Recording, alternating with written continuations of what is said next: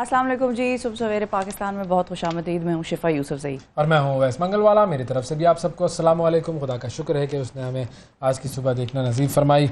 आज है जी world cities day, यानी शहरों का आलमी दिन। बिल्कुल। तो पहले तो शहरों का आलमी दिन है, मुझे नहीं पता गाँव का आलमी दिन होता है या नहीं होता। गाँवों का भी होना चाहिए। हमारी आधी से ज़्यादा पॉपुलेशन तो गाँवों में बसती है भाई। शहर तो छोटे छोटे हैं और ठीक है आबादी अच्छी खासी है, लेकिन यह है कि गाँवों में भी एक बड़ी तादाद लोगों की बस्ती है। तो अब वो जो शहरों के साथ हमने किया क्या है, इसकी एक झलक आपको दिखाते हैं, क्योंकि हम वो लोग हैं या हम वो कौम हैं कि जो हर अच्छी चीज़ को खराबी की तरफ, बिगाड़ की तरफ ले जाने में महारत रखते हैं। वो चीज़ यहाँ होती है, हम उसे यहाँ नहीं लेके जाएंगे, हम उसे यहाँ ले आएंगे। अच्छा, और हम उसको इम्प्रूव करने के लिए फिर करते भी कुछ नहीं है। हमें लगता है भाई अंग्रेज बना गए थे तो बस अब वो चलता रहेगा। बहुत सारे ऐसे ब्रिजेस आपको, पुल जो हैं वो शहरों में नजर आएंगे। शहर एक शहर से दूसरे शहर जाते हुए नजर आएंगे। पुराने जमाने के, अंग्रेजों के जमाने के पुल हैं वो। हमारे बड़े लोग हमें बड़ा बताते थे कि भाई ये ना गोरे ने बनाया था, ये अंग्रेज बना के गए थे। वो अंग्रेज का बनाया हुआ वो पुल, अंग्रेज की बनाई हुई पटरी, अंग्रेज की बनाई हुई हर चीज जो है वो चल रही है आज तक। उसको बदलना भी है, रिप्लेस भी करना है, मेंटेनेंस भी होती है, कुछ लाइफ भी है, शेल्फ लाइफ उसकी खत्म। अंग्रेज करेगा ना, उसने बनाया था तो वो करेगा, या हमारी क्यों जिम्मेदारी है? ये क्या बात कर दी आपने? सही बात। अजीब है, आप लोग बस हर काम अपने ऊपर ले लें, जो उसने बनाया वो करेगा। सिंपल सी बात है ये। अच्छा, हम आपको कुछ तस्वीर दिखाते हैं और आपको अंदाजा हो जाएगा कि हमने शहरों के साथ क्या किया है। पहले किसकी दिखाएं भाई, बताएं। कराची की दिखाएं जी। है, चलो पहले सेंटर से स्टार्ट करें। कराची जो कि पाकिस्तान का दारुल हुकूमत भी रहा। तस्वीर आपके सामने आ रही है। इसमें ये देखें कराची की खूबसूरत इमारतें जो आज भी कराची में मौजूद हैं। ये सब वो इमारतें हैं जो कि ये देखें, ये फ्रेयर हॉल कराची का आज भी मौजूद है। ये आप हमें बताते जाएं कौन कौन सी बिल्डिंग क्या क्या है। ठीक है, दिखाते ना तो पता चलता रहेगा। अब इतना इस तरफ ये तो सबसे मशहूर कराची का वो HBL, ये क्लिफ्टन वाला जो है ये है। कायद आज़म का मज़ार आ गया आपके सामने। ये मैरीवेदर टावर जो है ये बड़ा मशहूर टावर है जी। इसके अगर आप सड़क, ट्रैम चल रही है तो ट्रैम देखें, ट्रैम तो खत्म चल रही है, ट्रैम चल रही है और वहाँ चलती थी कराची में। ठीक है, तो ये इस तरीके से कराची में बहुत सारी चीज़ें थी जो कि ये वही क्लिफ्टन आ गया जी एक मरतबा फिर। तो कराची की इस तरीके से आपको पुरानी तस्वीर आप देखें, आपको पता चलता है कि हमने कराची के साथ कर गया। ये देखें, ये ट्रैम चल रही है, ये देखें, सुकून से चल रही है, मजे से और एंजॉय कर रहे हैं लोग उसके अंदर। अब तो कराची के ट्रांसपोर्ट सिस्टम का कोई पुरसाने हाल ही नहीं है ही नहीं। बल्कि अभी 2 दिन पहले मैं खबर पढ़ रहा था कि वो जो पीपल्स बस चल रही थी उसमें भी जो है वो भी बंद हो रही है भाई। उसकी भी कुछ बसें बंद हो गई हैं, अल्लाह पूछेगा। तो नाजरीन, बहरहाल ये बहुत सारी इस तरह की कराची की इमारतें हैं जो कि ये गालिबन एम्प्रेस मार्केट के पास एक वो है, हॉस्पिटल्स है। और एम्प्रेस मार्केट का क्या हशर नशर निकाला था लोगों ने, फिर बाद में जाके जाहिर है उसकी इंक्रोचमेंट्स वगैरह खत्म हुई, उसकी कुछ शक्ल बहाल हुई, बाहर से वो नजर आने लग गई। इतनी खूबसूरत वो इमारत है कि जिसकी कोई इंतहा नहीं। इतना खूबसूरत वो बना हुआ है कि बस मैंने तो पहली दफा उसको देखा, मैंने कहा ये एम्प्रेस मार्केट। असल में मसला ये कि आप लोगों की तवज्जो बैरून मुल्क ज्यादा रही है, तो मैंने कहा आप लोगों को दिखाया जाए कि भाई है क्या।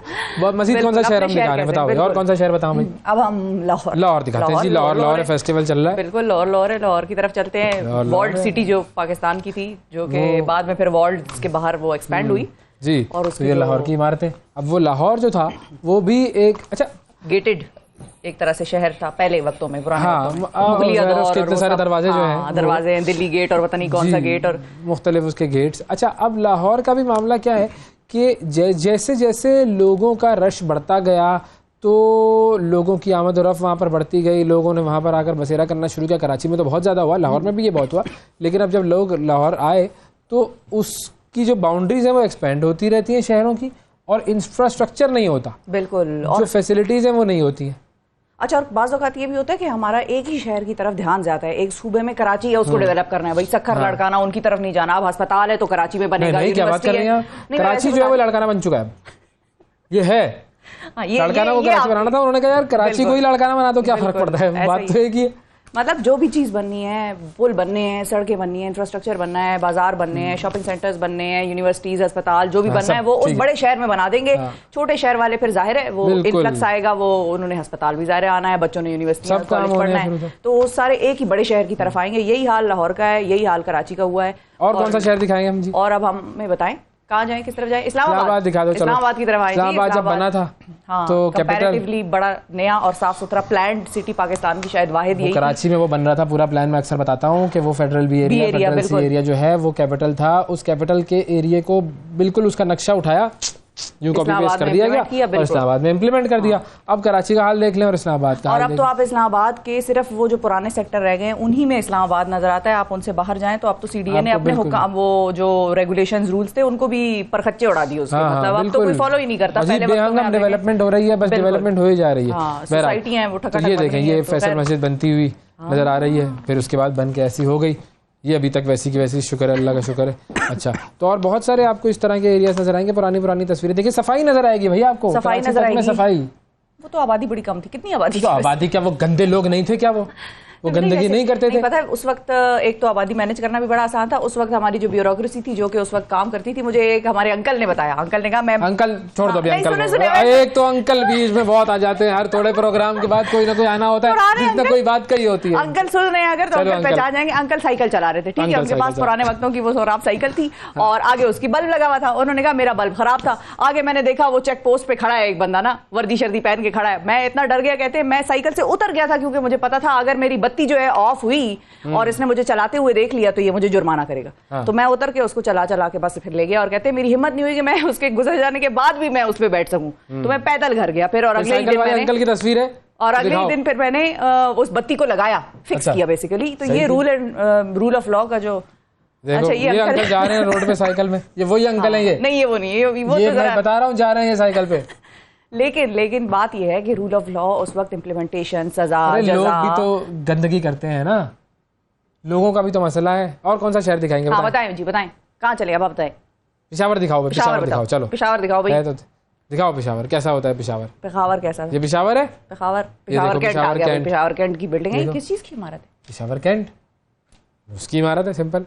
ये देखें कुछ है ये पता नहीं समथिंग कुछ है ये पेशावर वाला बताओ ना, हमने तो कराची की इमारतें बताई थी ना इतनी सारी। पेशावर की 2-4 मेन बड़ी इमारतें, एक तो वो जो इतनी गोरी मॉडर्न खातून फिर रही है, पेशावर और पेशावर से आगे अफगानिस्तान साइड बड़ा मॉडर्न हुआ करता था नाज़रीन। पेशावर बिल्कुल, ये देखिए ये मॉडर्न गाड़ी उशाड़ी, बड़ा पैसे वाले लोग थे उधर भी बड़े, और पैसे वाले लोग तो हर जगह थे। हाँ ये भी बिल्कुल, पैसे वाले लोग तो बहुत थे। लेकिन कुछ शहर मतलब जिस तरह फैसलाबाद और सियालकोट है, वो तो उनकी तो बिजनेस कम्युनिटी के पास माला माल है भाई, वो अपनी डेवलपमेंट्स खुद करते हैं। अच्छा ये जो है ये हमारा डनलप लिखा हुआ है, डनलप के टायर, हाँ ठीक है। जुगत सिंह की दुकान है ये, जुगत सिंह ब्रदर केमिस्ट है ये, हाँ पुरानी दुकान है बड़ी। और पेशावर सदर म्यूजियम और जो जीपीओ है वो, और इसके अलावा ये कुछ बन रहा है यूनिवर्सिटी, ज़ारे university, Islamia college, Islamia university उसकी, वो तो खैर वो भी अंग्रेजों के ज़माने का, एडवर्ड्स कॉलेज, ये कुछ पुरानी इमारतें थी जो पेशावर में हमेशा से बहरहाल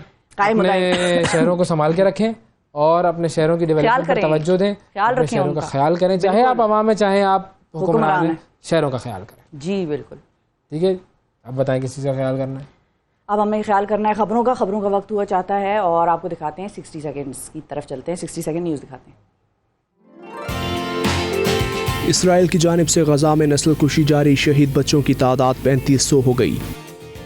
फौजी अफसरान और जजेस भी काबिल एहतसाब हैं, जस्टिस मंसूर का नैब तरमीम केस में इख्तलाफी नोट। काबीना ने स्टील मिल्स की निजकारी को निजकारी प्रोग्राम से निकालने की मंजूरी दे दी। पीटीआई रहनुमा कामरान बंगश की जमानत पर रिहाई का हुक्म, दूसरे केस में गिरफ्तार। इल्जामात पर ज़का अशरफ की जानिब से तलबी, चीफ सिलेक्टर इंजमामुल हक ने इस्तीफा दे दिया। क्रिकेट वर्ल्ड कप में अफगानिस्तान श्रीलंका को शिकस्त देकर सेमीफाइनल की दौड़ में शामिल। लियोनेल मेसी ने साल के बेहतरीन फुटबॉलर का अवार्ड बैलन डी और 8वीं मरतबा जीत लिया। बांग्लादेश में हुकूमत मुखालिफ मुजाहिरे, अपोजिशन लीडर साथियों समेत गिरफ्तार। फ़लस्तीनियों के कत्लेआम के पीछे अमरीकी हुक्मरान अशराफिया और उनके साथी हैं रूसी सदर पुतिन। हस्पानवी वजीर का नेतन्याहू के खिलाफ आलमी अदालत में जंगी जुराइम का मुकदमा चलाने का मुतालबा। जी ये तो था जी 60 सेकंड्स के अंदर दुनिया का चक्कर के क्या हो रहा है। दुनिया में बहुत कुछ हो रहा है, बड़ी हैपनिंग किस्म की एक दुनिया चल रही है। पाकिस्तान में भी बहुत कुछ हो रहा है। क्या हो रहा है? और पाकिस्तान के जो तालिब इल्म है, असातिज़ा, ये सब मिलाकर तालिब इल्म, असातिज़ा, यूनिवर्सिटीज, जामियात, तालीमी तबका जो है उन्होंने आड़े हाथों लेने की कोशिश की है वज़ीर आज़म निगरान जो है हमारे अनवारुल हक काकड़ साहब को। खैर बहरहाल अनवारुल हक काकड़ साहब भी ज़ाहिर फिर हैं तो सियासतदान ही, आखिर सवालों के जवाब उन्होंने भी बड़े दिए हैं। लेकिन दो इंटरेस्टिंग वीडियोस जो कल सोशल मीडिया पर वायरल थी वो ऐसी थी कि मज़ा आया वैसे सुनकर। एक शख्स ने तो, एक तालिब इल्म ने तो बड़ा की हमारा जो प्रॉब्लम है वो आइडेंटिफाई किया, पॉइंट आउट किया, वो सारी कौम का ये मसला है, सिर्फ ये वज़ीर आज़म की बात नहीं है। सुनाए जी जो लड़के का क्लिप है, टाइम के हवाले से उसने वज़ीर आज़म साहब से ज़रा गिला शिकवा किया। सर आप एक यूनिवर्सिटी आए, तलबा अपना टाइम निकाल के आए, असातिज़ा इंतज़ार कर रहे हैं और आप फिर भी सर 50 मिनट लेट आए। बच्चे अपनी क्लास एक दूसरे छोड़ के सर इधर आपका इंतज़ार कर रहे थे। और सर मैं इस बात पे शर्मिंदा हूँ कि मेरे प्राइम मिनिस्टर, बेशक केयर टेकर प्राइम मिनिस्टर हो, उसे इल्म की इज्जत नहीं, या फिर मुझे लगा कि शायद इल्म की इज्जत नहीं। सर बड़ा सख्त जज्बाती सा हो गया ये। लेकिन जवानी होती है, उसमें जज्बातियत होती है, बचकाना सा सवाल है, लेकिन ठीक है चलो पॉइंट तो है। लेकिन और ये सारे वज़ीर-ए-आज़म और ये सारी गवर्नमेंट्स और ये सब का प्रॉब्लम है। वज़ीर आज़म में उसके 10,000 और काम होते हैं, ठीक है, वो उसने वो किया। टाइम तो सबने दिया दुनिया, इस पाकिस्तान में, इस पूरे पाकिस्तान में न्यूज़ बुलेटिन के अलावा कौन सी चीज टाइम पे शुरू होती है? हमारा प्रोग्राम न्यूज़ बुलेटिन या प्रोग्राम या न्यूज़ की चीजों के अलावा कौन सी चीज शुरू होती है ड्रामे? वो यही कह रहा है ना कि अगर वज़ीर आज़म नहीं करेगा तो फिर बाकी भी कोई ख्याल नहीं करेंगे। अच्छा उन्होंने जो जवाब दिया ना, मैं तो उससे बिल्कुल इत्तेफाक करता हूं। टाइम के हवाले से क्या जवाब था? उन्होंने इत्तेफाक किया, मैं बिल्कुल इत्तेफाक करता हूं। उन्होंने इत्तेफाक किया और उन्होंने बड़ा सर भी हिलाया उसको, वो सुनते हुए उसके साथ एक तरह से बेसिकली उन्होंने बात जो की है वो सुन ले, चले मैं क्या बोलूं, वज़ीर आज़म बन जाऊंगा। काकड़ साहब ने क्या कहा है वो भी सुनवाएं। 50 मिनट बेटा मैं इसलिए लेट आया कि मैं आपके बिहाफ पे एक कैबिनेट मीटिंग स्टार्ट कर चुका था, और कैबिनेट मीटिंग में जिस तरह की डिलिब्रेशंस और जिस तरह की डिस्कशन, अल्लाह ताला तुम्हें उस मकाम तक कभी पहुंचाए किसी भी कैपेसिटी में, ज़रूरी नहीं कि इंसान कैबिनेट मेंबर हो सकता है, एज अ ब्यूरोक्रेट हो, एज अ टेक्नोक्रेट हो, उसमें बहुत सारी ऐसी चीज़ें होती हैं जिसके बड़े दूररस नताइज आपकी ज़िंदगी के लिए भी हैं, इसकी ज़िंदगी के लिए भी है, उसकी ज़िंदगी के लिए भी है। और मैं अगर वक्त को लिमिट कर दूं और ये कहूं कि मैं इसमें एडिशनल 30 मिनट 35 मिनट या 40 मिनट नहीं कहूंगा, क्योंकि मेरा चंदा वहां नाराज हो जाएगा जो कि इंतजार कर रहा है, और वो डिसीजन लूं जो इल इन्फॉर्म्ड हो। आपके असातिज़ा से मैं 15 मिनट बोला, 20 मिनट बोला, वो भी आपके जो इंस्टीट्यूशन के हवाले से कुछ चीजें थी, तो 55 मिनट में 25 मिनट वो निकाल दो, 35 मिनट रह गए। 35 मिनट की माजरत जो मैंने आपको काबीना की एक्सप्लेनेशन दी है, शायद वो उसको कंपनसेट कर दे, क्योंकि हमारा एक वॉलंटियर इंटरेक्शन, भाई उन्होंने कहा देखो मैं ये एक वॉलंटियर इंटरेक्शन है, ये ठीक है, मेरा कोई काम तो नहीं है कि मैं सबसे इंटरेक्ट करता रहूँ। अच्छी बात है, पॉजिटिव बात है इनकी कि वो इंटरेक्शन कर रहे हैं, स्टूडेंट से जाके, लोगों से जाके मिलते हैं, सब कुछ करते हैं। कैबिनेट मीटिंग थी, उसके अंदर ऑब्वियसली डिसीजन मेकिंग हो रही होती है, सारी चीजें स्केड्यूल होती है, सारी चीजें स्केड्यूल होती है, लेकिन चीजें ऊपर नीचे होती है। हम जिस मुल्क में रह रहे हैं, हम जिस जगह पे रह रहे हैं, वहाँ पर थोड़ी बहुत चीजें ऊपर नीचे होती हैं, ज्यादा ही होती हैं, मार्जिन होती है, लेकिन मार्जिन मध्य जो प्रॉब्लम है उसको आइडेंटिफाई करें। अगर वज़ीर आज़म का ऑफिस टाइम नहीं मैनेज कर सकता, ऑफिस पे नाजरीन सैकड़ों माजरत भी की, उन्होंने वो सर हिलाया उन्होंने, और उन्होंने बेसिकली उस लड़के से एग्री भी किया जो शख्स उनसे सवाल पूछ रहा था। दूसरा सवाल भी बड़ा अहम था और चंदा भी कहा, मुझे पसंद आया ये जवाब। दूसरा सवाल भी सुनिए, उसका जवाब भी सुनिएगा। दूसरा सवाल भी एक खातून तालिब इल्म का है, और उन्होंने भी बड़ा पर्टिनेंट आजकल की जो शहराग है ना उसको उन्होंने दबाया है। जरा सुने क्या कह रही हैं वो। It's supposed to be about, right? So does it involve following the constitution? Like following the constitution? Yeah, because after the Punjab and KP governments got dissolved, you're supposed to hold elections in 90 days. Why haven't we held elections yet?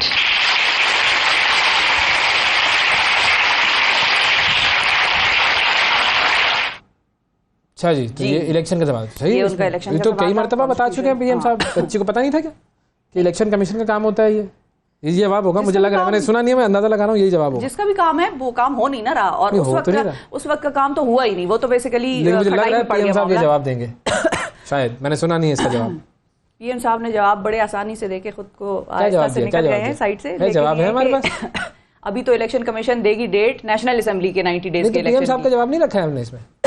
PM साहब का जवाब यही था, रखना चाहिए था वैसे, लेकिन ये है कि उन्होंने कहा कि मैं वैसे तो कॉन्स्टिट्यूशन की हम बात कर रहे हैं, कॉन्स्टिट्यूशन में एक प्रोसीजर है जिसके तहत मैं यहाँ पर आपके सामने बैठा हूँ बतौर निगरान वज़ीर आज़म, और वो प्रोसीजर ये है कि निगरान वज़ीर आज़म ने ये काम कराना है, और डेट जो है उसकी अभी जाते जाते पिछली जो गवर्नमेंट है उन्होंने उसमें तरमीम की एक्ट्स में, बिल्स में, और उन्होंने क्या किया कि उन्होंने ये इलेक्शन कमीशन की जिम्मेदारी लगा दी कि तारीख का ऐलान इलेक्शन कमीशन करेगा। तो अगर मेरे पास ये इख्तियार होता तो मैं अभी आपके सवाल करने के बाद जाने से पहले आपको यहाँ पर इलेक्शन की तारीख दे देता। इससे बेहतर ओपननेस क्या होगी? भाई इनका कोई इलाज करवाओ, इनका कोई डॉक्टर बुलाओ, बंद गला डॉक्टर कह रहे हैं आप मत बोले, वो कहते हैं मत बोले, खामोश हो जाए मैडम, पूरा प्रोग्राम चुप करें, आप खामोश हो जाएं। अब बहुत खांसी है, अल्लाह आपको जो है वो शिफा दे, शिफा को शिफा दे। और शऊर बड़ी खतरनाक चीज है। शऊर ये वैसे वो आया ना खांसी का शऊर से क्या था? सवालों का। अच्छा मैं उधर ही था ना असल में। अभी शऊर अच्छी बात है, शऊर आगाही जरूरी है भाई इंसान। और ये जवान है, जवान बहुत सारी चीज़ें ऐसी कर सकते हैं, ऐसे सवाल कर सकते हैं, ऐसी बातें कर सकते हैं कि जो कि बहुत सारे बुजुर्ग मसलहत पसंदी की वजह से नहीं करते। कुछ मसलहत पसंदी की वजह से, कुछ मुनाफिकत की वजह से। खुल के बात करना, मैं भी जवान हूँ ना, मैं खुल के बात कर सकता हूँ।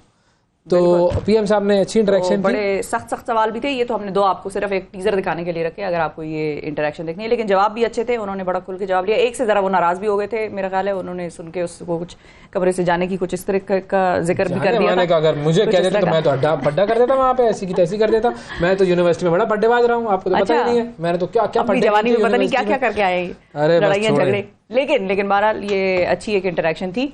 और स्टूडेंट्स ने जिस किस्म के सवाल पूछे उससे अंदाज़ा होता है कि स्टूडेंट्स या तो इस मुल्क में तब्दीली लेकर आएंगे, किसी भी किस्म की तब्दीली, या वो अपनी ज़िंदगी में तब्दीली लाएंगे और मुल्क छोड़कर चले जाएंगे, मुल्क छोड़कर चले जाएंगे, मुल्क तब्दील कर लेंगे। ये दो इनके पास ऑप्शन हैं, ये हो सकता है। लेकिन उन्होंने जो दुआ दी वो मुझे अच्छी लगी कि अल्लाह आपको उस मकाम तक पहुंचाए कि आप ये कैबिनेट मीटिंग्स और वो वाली चीज़ मुझे पर्सनली अच्छी लगी। चंदा को उन्होंने कैबिनेट मेंबर बनाया है वैसे। ये जवान ही तो है जिन्होंने संभालना है आगे जाके, हमने कौन सा संभालना है। अच्छा, बस बुजुर्ग रिटायर नहीं होते, जवानों को मौका नहीं मिल रहा।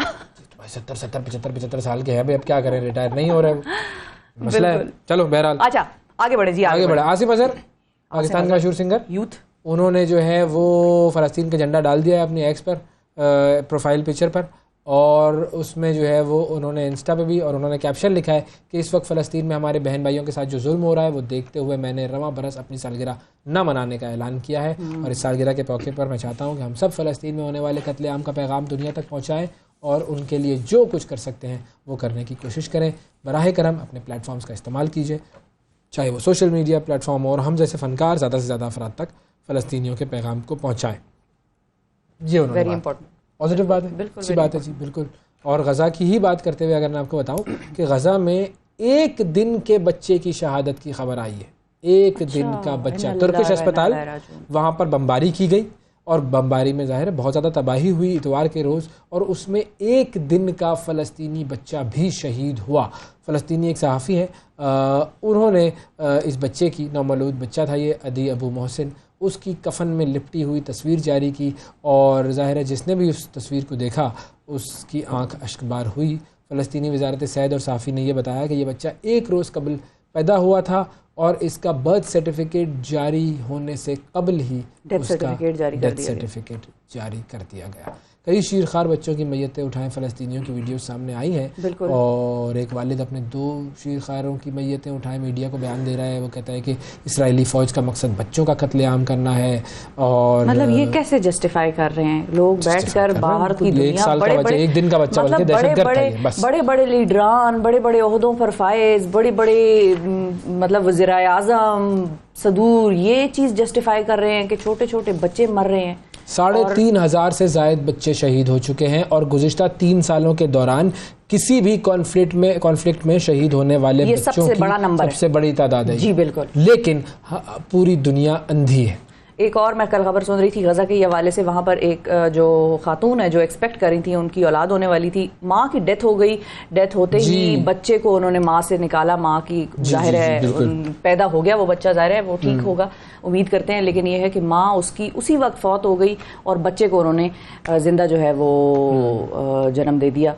तो अल्लाह ताला की शान है, जहाँ जिसको वो चाहे। लेकिन अब वो बच्चा किस तरह पलेगा, किस तरह बढ़ेगा, क्या होगा, ये असल बुनियादी चीज़ है। कितने ऐसे बच्चे हैं जो अपने माँ बाप की लाशों पे खड़े हैं, छोटे, अभी तो उनको समझ दुनिया की नहीं आई है, वो माँ बाप की लाशों पे खड़े देख रहे हैं और रो रहे हैं और सोच रहे हैं कि अब ये क्या करना है, आगे क्या होगा, मतलब हमारा क्या होगा, हमारे साथ क्या होगा, हम कहाँ जाएं, घर तबाह हो गए, माँ बाप सामने लाशें पड़ी हैं उनकी, और वो ये मतलब आप अंदाजा लगाएं कि आपकी अगर आप सोचें सिर्फ अपने आप को, अपनी औलाद को उस जगह रख के सोचें जहां वो ठीक ठाक तो है, बच तो गई है, लेकिन आप उसके सर पे नहीं है खड़े, बिल्कुल, और घर भी उसका नहीं है, छत भी नहीं है, ठीक है, तो उसके लिए दुनिया एक अजनबी है और उसको ये समझना है कि उसने जिंदगी कैसे गुजारी है। एक कत्ल अमेरिका में भी हुआ है, अमेरिका में भी एक कत्ल हुआ है। ये नफरतें तो फिर अब फैलेंगी। 52 साला डॉक्टर तलत जहां खान हफ्ते की दोपहर अमेरिकी रियासत टेक्सास के शहर ह्यूस्टन में उनकी रिहायशी बिल्डिंग में उनको एक चाकू बरदार शख्स ने हमला किया और कत्ल कर दिया। वो मतलब खातून बैठी हुई है, अपना चाय वाय कॉफ़ी वॉफ़ी पी रही है, बिल्कुल इजी ज़िंदगी में, कोई उनको वो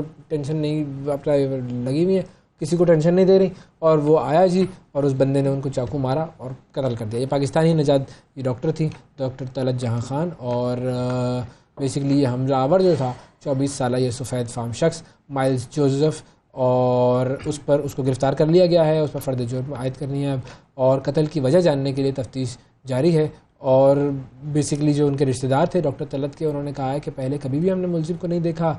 जुलाई में वो लोग वाशिंगटन से टेक्सास मुंतकिल हुए थे और किसी से कोई ऐसा उनका कोई प्रॉब्लम नहीं था, और बस वो कत्ल कर दिया कि क्या मसला क्या होगा।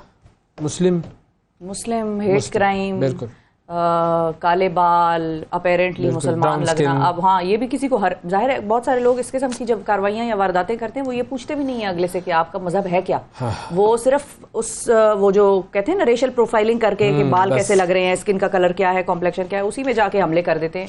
और इससे पहले भी हमने आपको बताया था अमेरिका का ही एक वाकया जिसमें एक बच्चे को और उसकी माँ को उनके मालिक मकान ने जो है फ़लस्तीनी होने पर हमला का निशाना बनाया, और बच्चे की तो खैर उस वक्त जान चली गई, 6 साल वो बच्चा था।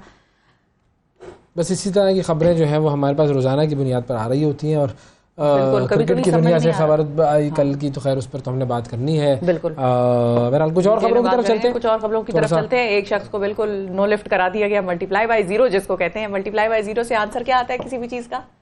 जीरो। अच्छा, जीरो है। क्या हो गया इनके तो हिसाब किताब बहुत पक्के, बहुत 0, 1, 0, 2 से जितने हैं वो बड़े सही हैं। किसको जीरो कर दिया? जीरो कर दिया सलमान खान। भारत के जो सलमान खान टाइगर जिंदा है वाला टाइगर जो है वो हाल ही में सलमान खान साहब जो है वो सऊदी अरब गए। अच्छा। और सऊदी अरब का दौरा उन्होंने सऊदी अरब भी, वहाँ तो मैंने सुना है शकीरा का कॉन्सर्ट होने जा रहा है। शकीरा का कॉन्सर्ट, जी बिल्कुल, ये खबर वहाँ से आई है। जा रहा है जारी, और वहाँ पर शायद कॉन्सर्ट चल रहे हैं। वो सीरियसनेस तो है ही नहीं, वो तो अब इनसे एक्सपेक्टेशन ना रखें नाज़रीन। क्या हुआ उसके साथ भाई? हुआ ये कि वो गया वहां पर जहां पर टाइसन फ्यूरी और फ्रांसिस नगानो के दरमियान होने वाला था एक बॉक्सिंग का मैच। अच्छा। जबरदस्त फाइट थी, वो ये देखने गए, और ज़ाहिर दौरे पे भी थे। ये दौरा शायद इसी के लिए किया हुआ था, मुझे एग्जैक्टली नहीं पता, लेकिन ये है कि हुआ क्या। वहां से क्लिप्स आई सोशल मीडिया पर, तो ये खबर गर्दिश करने लग गई कि इनके साथ हुआ क्या है। सलमान खान के अलावा वहां पर लेजेंडरी फुटबॉलर क्रिस्टियानो रोनाल्डो और उनकी जो सहेली है जॉर्जिना, सहेली, हाँ सहेली तो खैर समझ में आता है हमें, जिनके लिए रूल्स भी सऊदी अरब के बदल दिए गए कि ये उनके साथ रह सकती हैं बगैर शादी के। मुलाकात हुई होगी ना रोनाल्डो और सलमान खान की, अच्छी मतलब इनकी बातचीत हुई होगी कोई। आप ये वीडियो सिर्फ देखें कि रोनाल्डो गुजर रहे हैं और सलमान खान उनको कैसे देख रहे हैं, और रोनाल्डो को बड़ा प्रोटोकॉल वगैरह मिल रहा है। तो सलमान खान को बिल्कुल मल्टीप्लाई बाय जीरो कर दिया। देखा ही किसी ने नहीं, अभी देखें और नहीं जानता। ये देखें ये गुजर के सीधा चले गए। सलमान खान को नहीं जानते होंगे ना वो। हाँ तो क्यों जानेंगे, जरूरी थोड़ी है। मैं अक्सर सड़क पे से गुजरता हूं, बहुत सारे लोग मुझे नहीं जानते, इसमें क्या है? लेकिन मतलब बड़ा थोड़ी मानता हूं मैं। हाँ, लेकिन ये है कि वो इस पे बड़ा मीडिया का जो है वो आया कि भाई Salman Khan has been brushed aside, और बिल्कुल ही उन्होंने सलमान खान के लिए फैन मोमेंट होगा, वो जिस तरह देख रहे हैं फैन मोमेंट है भाई ये। हाँ, ये यार देखो रोनाल्डो, क्रिस्टियानो रोनाल्डो है यार, वो अपनी सहेली के साथ आगे गुजर गए, सलमान खान पीछे रह गए, बिल्कुल नो लिफ्ट हो गए, और ये कल से जो है वो चल रहा है। और बाकी तस्वीरें भी आई हैं जिसमें दोनों जो है जॉर्जिना और क्रिस्टियानो बैठे हुए हैं, बड़ा वो गपशप लगा रहे हैं, मैच देख रहे हैं, और दूसरी तरफ सलमान खान बिल्कुल अकेले जीरो ऐसे बैठे हैं, सीरियस चेहरे के साथ, जैसे पता नहीं कितने तो वो बोर हो रहे हैं। तो सलमान खान अकेले हैं। हाँ, टाइगर अकेला है। टाइगर तो लोगों ने बड़े जबरदस्त तबसरे किए वैसे इस पे, तो लोगों ने कहा कि भाई टाइगर जिंदा है। अब क्या टाइगर जिंदा है? बड़ा सोशल मीडिया पे सार्फिन टाइगर तो बढ़ गया। ऐसा होगा ना, ठीक है, कोई बात नहीं, ऐसे कोई बात नहीं। सलमान खान टेंशन नहीं लो, बिल्कुल। क्या फर्क पड़ गया अगर रोनाल्डो को नहीं पता कि शाहरुख खान सलमान खान कौन है? हाँ, है भी कोई ये नहीं है, बहुत सारे लोगों पर बहुत सारे नहीं होता, बिल्कुल, इसमें क्या है? तो ऐसी कोई बात नहीं है, टेंशन ना लो। अच्छा, एक बंदा देखो, उसमें देखो कैसी मजेदार एक वीडियो आई है। चेक रिपब्लिक के सदर हैं पीटर पावेल। अच्छा, ओके। उन्होंने प्राग में एक यादगारी तकरीब के दौरान गलती से जो झंडे की जो नोक थी, झंडे के डंडे की नोक जी, वो उन्होंने मार दी किसी को। देखें क्या हुआ है, वीडियो देखें, उसमें आपको अंदाजा होगा। ये झंडा पकड़ाया दिया, अच्छा ओके दिया उन्होंने, ये इन्होंने इस्तेमाल, और ये टुंग उसकी बेचारे की टोपी गिर गई। ओए होए, अच्छा ये हो जाता है वैसे कभी हो जाता है। अब ये इतना बड़ा झंडा है, इतना बड़ा झंडा है, कैसे इसको संभालेंगे? अच्छा पीछे वाला तो हंस रहा है, तो हंसता भी, हंसी आ जाती है। अब वो फौजी बंदा जो है वो हंसता भी है। अब वो उसने यूं किया, वो टिंग हो गया उसका। देखिए होता है, कोई ऐसी बात नहीं है, ये भी टेंशन की बात नहीं, टेंशन की बात नहीं। अच्छा फिर उन्होंने माफी भी मांगी है अपने ट्विटर अकाउंट पर उन्होंने अफसर से, और उन्होंने कहा कि भाई ये यकीनी तौर पर मयारी फौजी तरीक़ाकार में कोई नया आंसर शामिल करने की कोशिश नहीं थी, मैंने बस वजन कम समझा उसका ना, तो वो उसको लाइट वेट समझ रहे थे, वो भारी था, भारी नहीं करा, हो जाता है। अच्छा कोई ऐसी बात नहीं, टेंशन ना ले, जिंदगी में होती हैं चीजें बहुत सारी। बिल्कुल। फिलहाल हम क्या कर रहे हैं, ब्रेक ले रहे हैं, ब्रेक के बाद वापस आएंगे तो फिर जो टेंशन लेने वाली उसके ऊपर बात करेंगे। भाई इस्तीफा दे दिया है इंजमामुल हक साहब ने, चीफ सेलेक्टर पाकिस्तान, फंडा पड़ गया है। चलो जी, मिलते हैं ब्रेक के बाद। सुबह सवेरे पाकिस्तान, सुबह सवेरे पाकिस्तान, सुबह सवेरे पाकिस्तान।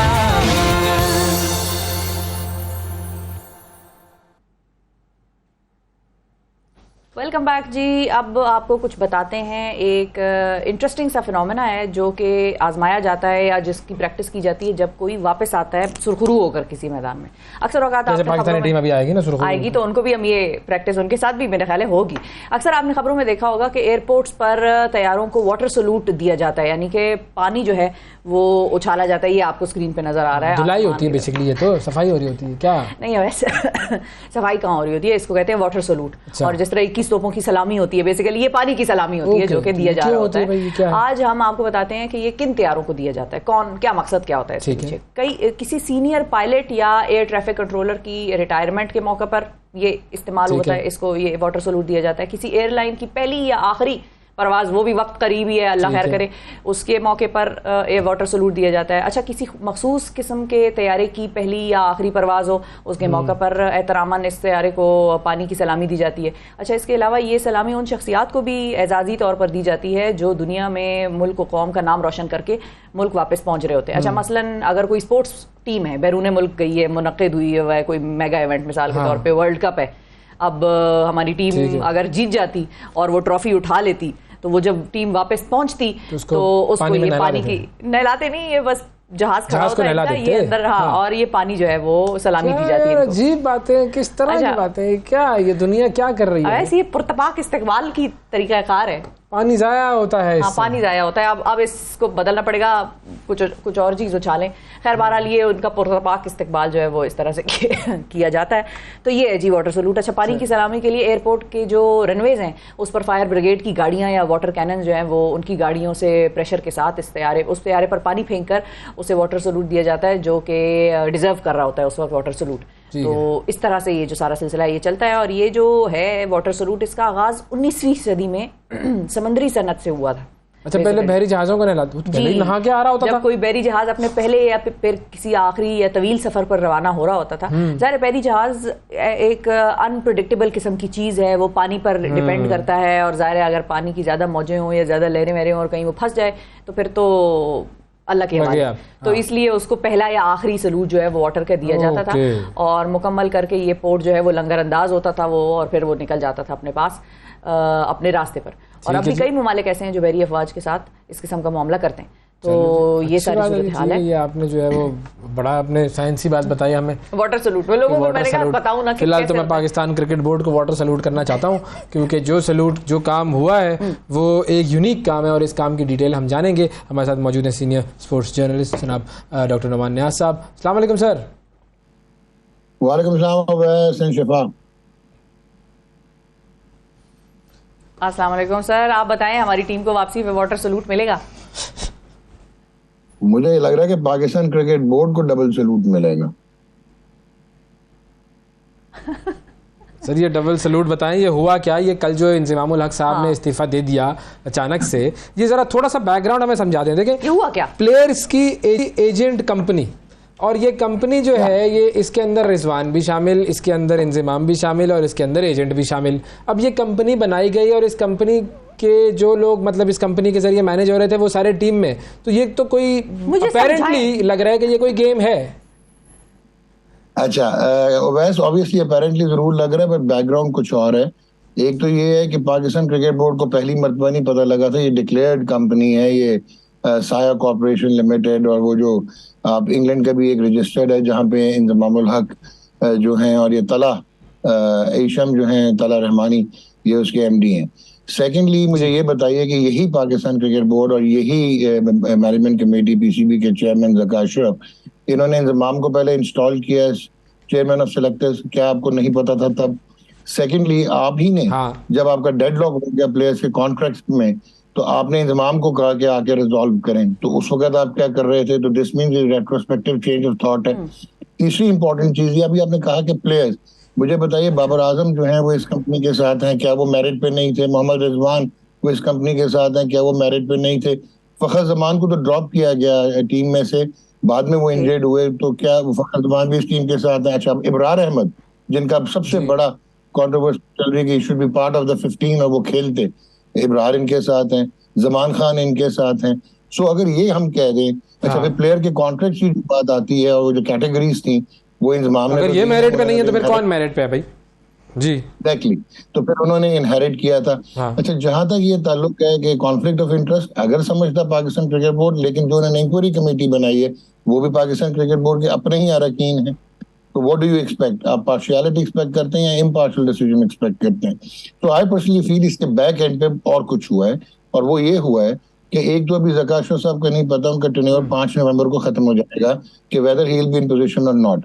और दूसरा ये हुआ था कि इनका जो डेडलॉक था कॉन्ट्रैक्ट्स का, जिसमें प्लेयर्स ने अपने शराइत को मनवा लिया है, तो बहुत सारी egos within the Pakistan cricket board भी हर्ट हुई थी, क्योंकि जो पाकिस्तान क्रिकेट बोर्ड चाह रहा था वो नहीं हुआ। अगर आप देखें तो पहले सेंट्रल कॉन्ट्रैक्ट साइन नहीं हुए जी, 5 महीने से सैलरी नहीं है और हम वापस आओगे तो नेगोशिएट करेंगे। आप मिडिल ऑफ द टूर्नामेंट एक प्रेस रिलीज निकाल रहे हैं वैस्ट, और उस प्रेस रिलीज में आपको और मुझको कह रहे हैं कि इनको सपोर्ट करो, और साथ कह रहे हैं कि यार तुम्हारी अकाउंटेबिलिटी होगी when you will come back, और तीसरा कह रहे हैं ये टीम हमारी नहीं है, ये तो इंजमाम ने सेलेक्ट की थी और ये तो बाबर ने सेलेक्ट की थी, you are threatening your captain. ये तो इंजमाम और बाबर ने की है, बिल्कुल। हाँ, हमने तो कुछ भी नहीं किया। अब आप मुझे बताएं कि पाकिस्तान क्रिकेट बोर्ड की अथॉरिटी थी ना कि उन्होंने इंजमाम को चेयरमैन ऑफ सेलेक्टर लगाया, उनकी अथॉरिटी थी ना, उनके टाइम पे बाबर आजम कैप्टन रिटेन हुआ।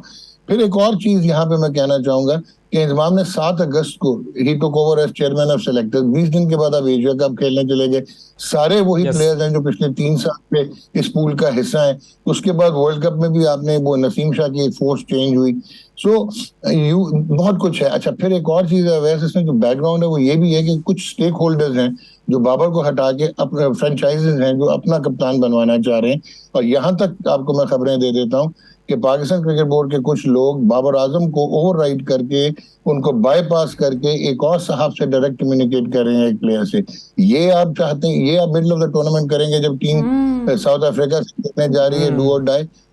अनदर इंपॉर्टेंट थिंग कि टीम मीटिंग्स में बजाय कि आप फोकस करेंगे अपने, हाँ साबिक प्लेयर है वो, और वो अभी आप नहीं टीम में, और वो अभी और वो कप्तान बनने की कोशिश कर रहे हैं। फिर ये जो मैसेज वाली बात की है, do you really think at the level of the chairman, और आप जो है उसका पर्सनल चैट जो है वो बाहर ले आते हैं, और वो पर्सनल चैट भी मैसेज कर दिया। सर वो मैसेज है वैसे, अगर वो मैसेज शिफा आप पढ़ें तो उसमें 5:19 लेकिन उसमें अच्छी चीज ये है कि सबने उसको कंडेम किया डॉक्टर साहब। लेकिन शिफा उसमें एक और इम्पोर्टेंट चीज है, राशिद लतीफ ने कहा था कि ये बात नहीं कर रहे वो, आई कुड अश्योर यू कि जो राशिद जिस किस्म का इंसान है वो एविडेंस के बगैर बात नहीं करता, दिस मींस उसके पास एविडेंस होएगा। उसने अभी भी स्टैंड किया है कि हाँ मैंने बात सही की थी। बिल्कुल। अब आपने ये वाली जो चैट लीक की है, 5:19 में चीफ ऑपरेटिंग ऑफिसर जो है वो टेक्स्ट कर रहे हैं बाबर आजम को, और सिर्फ एक ही सवाल डायरेक्ट पूछ रहे हैं। 5:20 पे वो जवाब देता था जैसे वो हाथ में मोबाइल लेके खड़ा हुआ था कि यार मैंने भी आपको जवाब देना है, और 5:20 भी आप ओके थैंक यू कर देते हैं।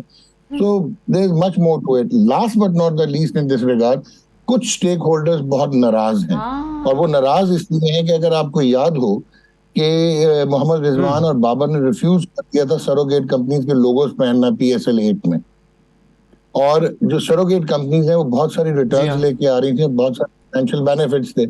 अच्छा, उसके बाद इन लोगों को ये इबाम है कि ये रिजवान और बाबर आजम ने एक्चुअली सरोगेट कंपनीज को बैन करवाया है। Ministry of information and broadcasting government of Pakistan ने वो एक बहुत अच्छा डिसीजन लिया था, जहां पे इलीगल एक्टिविटी को बंद किया गया और सरोगेट कंपनीज को बैन किया गया। वो पीछे से भी प्रेशराइज हो रहे हैं, why only Babar and Rizwan in the middle of the tournament. तो दिस इज वेरी सिंपल। और इंजमाम ने जो रिजाइन किया है वो क्या शो करता है? उन्होंने कोई एक्सेप्ट कभी ये डिनाई थोड़ी किया था कि वो उस कंपनी में नहीं है। अब ये जो साया कॉर्पोरेशन तो कह रहे हैं कि आप तहकीकात कर लें। और अब प्रॉब्लम क्या है कि तला रहमानी से इनको इतना मसला क्यों आया? वो he is a Harvard and graduate and MIT graduate, और पहली मर्तबा किसी प्लेयर्स को ऐसा एजेंट और मैनेजर मिला जो कि उनको पुश कर रहा था कि अपने राइट्स लो। अब आपको एक लास्ट चीज बताऊं कि प्लेयर्स ने कहाँ पर स्टैंड लिया। एक तो पहले जो इस कॉन्ट्रैक्ट से पहले जो आप टैक्सेशन थी वो 10% PCB काटता था, बाकी प्लेयर्स को कहता था जाओ FBR से खुद ही निबड़ लो, वो जो 30% है। सेकेंडली NFT के कोई 8 से 9 मिलियन डॉलर जो आ रहे थे ICC से, उनमें प्लेयर्स को कोई शेयर नहीं दिया जा रहा था। प्लेयर से पूछे बगैर आप इनको एडवर्टाइजमेंट्स के लिए बुक कर रहे थे, और उस वजह से उन्होंने कहा कि let's now come on the table, we are professional, you earn because of us, तो बात करो पूरी दुनिया में जो होता है। ये एक ट्रेंड है और ये कोई अनोखी चीज नहीं हुई। इवन ये जो कंपनी है, एशले जायज was the MD of the England cricket board and still वो विटिया कंपनी स्पोर्ट्स जो है उसके साथ एसोसिएटेड था, उसको रन कर रहा था। जो कॉन्फ्लिक्ट ऑफ इंटरेस्ट अगर PCB समझता है तो ये तरीका था कि मिडिल ऑफ द टूर्नामेंट आप करते, यू शुड हैव वेटेड, वापस आते, आप इनकी इंक्वायरी करते, इन्वेस्टिगेट करते, अगर ये इसमें गिल्टी होते आप इन पे एक्शन ले लेते। इसमें इतनी क्या प्रॉब्लम थी? अभी क्यों हुआ? मिडिल ऑफ द टूर्नामेंट इतनी जल्दी क्या हो गया? पहले 2 मैच जीते थे तब क्यों नहीं हुआ?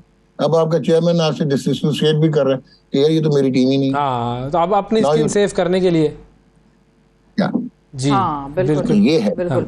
अच्छा, एक कॉलर भी है हमारे साथ, अब्दुल हनान साहब है हासिलपुर से। अस्सलाम वालेकुम। वालेकुम अस्सलाम। आप दोनों का बेहद शुक्रिया, वैस एंड शिफा और डॉक्टर नुमान नियाज साहब को वेलकम करूंगा प्रोग्राम में। मैं एक बात कहता चलूं आप लोगों की इजाजत के साथ कि हमें जब भी कोई भी गवर्नमेंट आती है, विद ड्यू रिस्पेक्ट, खुदा के लिए हमें मील ऑनर PCB नहीं चाहिए जो मील ऑनर आए और वो आके PCB को रन करे। हमें वो बंदा चाहिए जो PCB को समझता हो, क्रिकेट से उसकी अटैचमेंट हो। एक बिल्कुल बात। ठीक है। दूसरी बात ये है कि बाबर आजम को इसलिए क्रिटिसाइज किया जा रहा है कि उसने तो सारे जितने पाकिस्तान के अंदर पुराने प्लेयर थे सबके रिकॉर्ड तोड़ के रख दिए।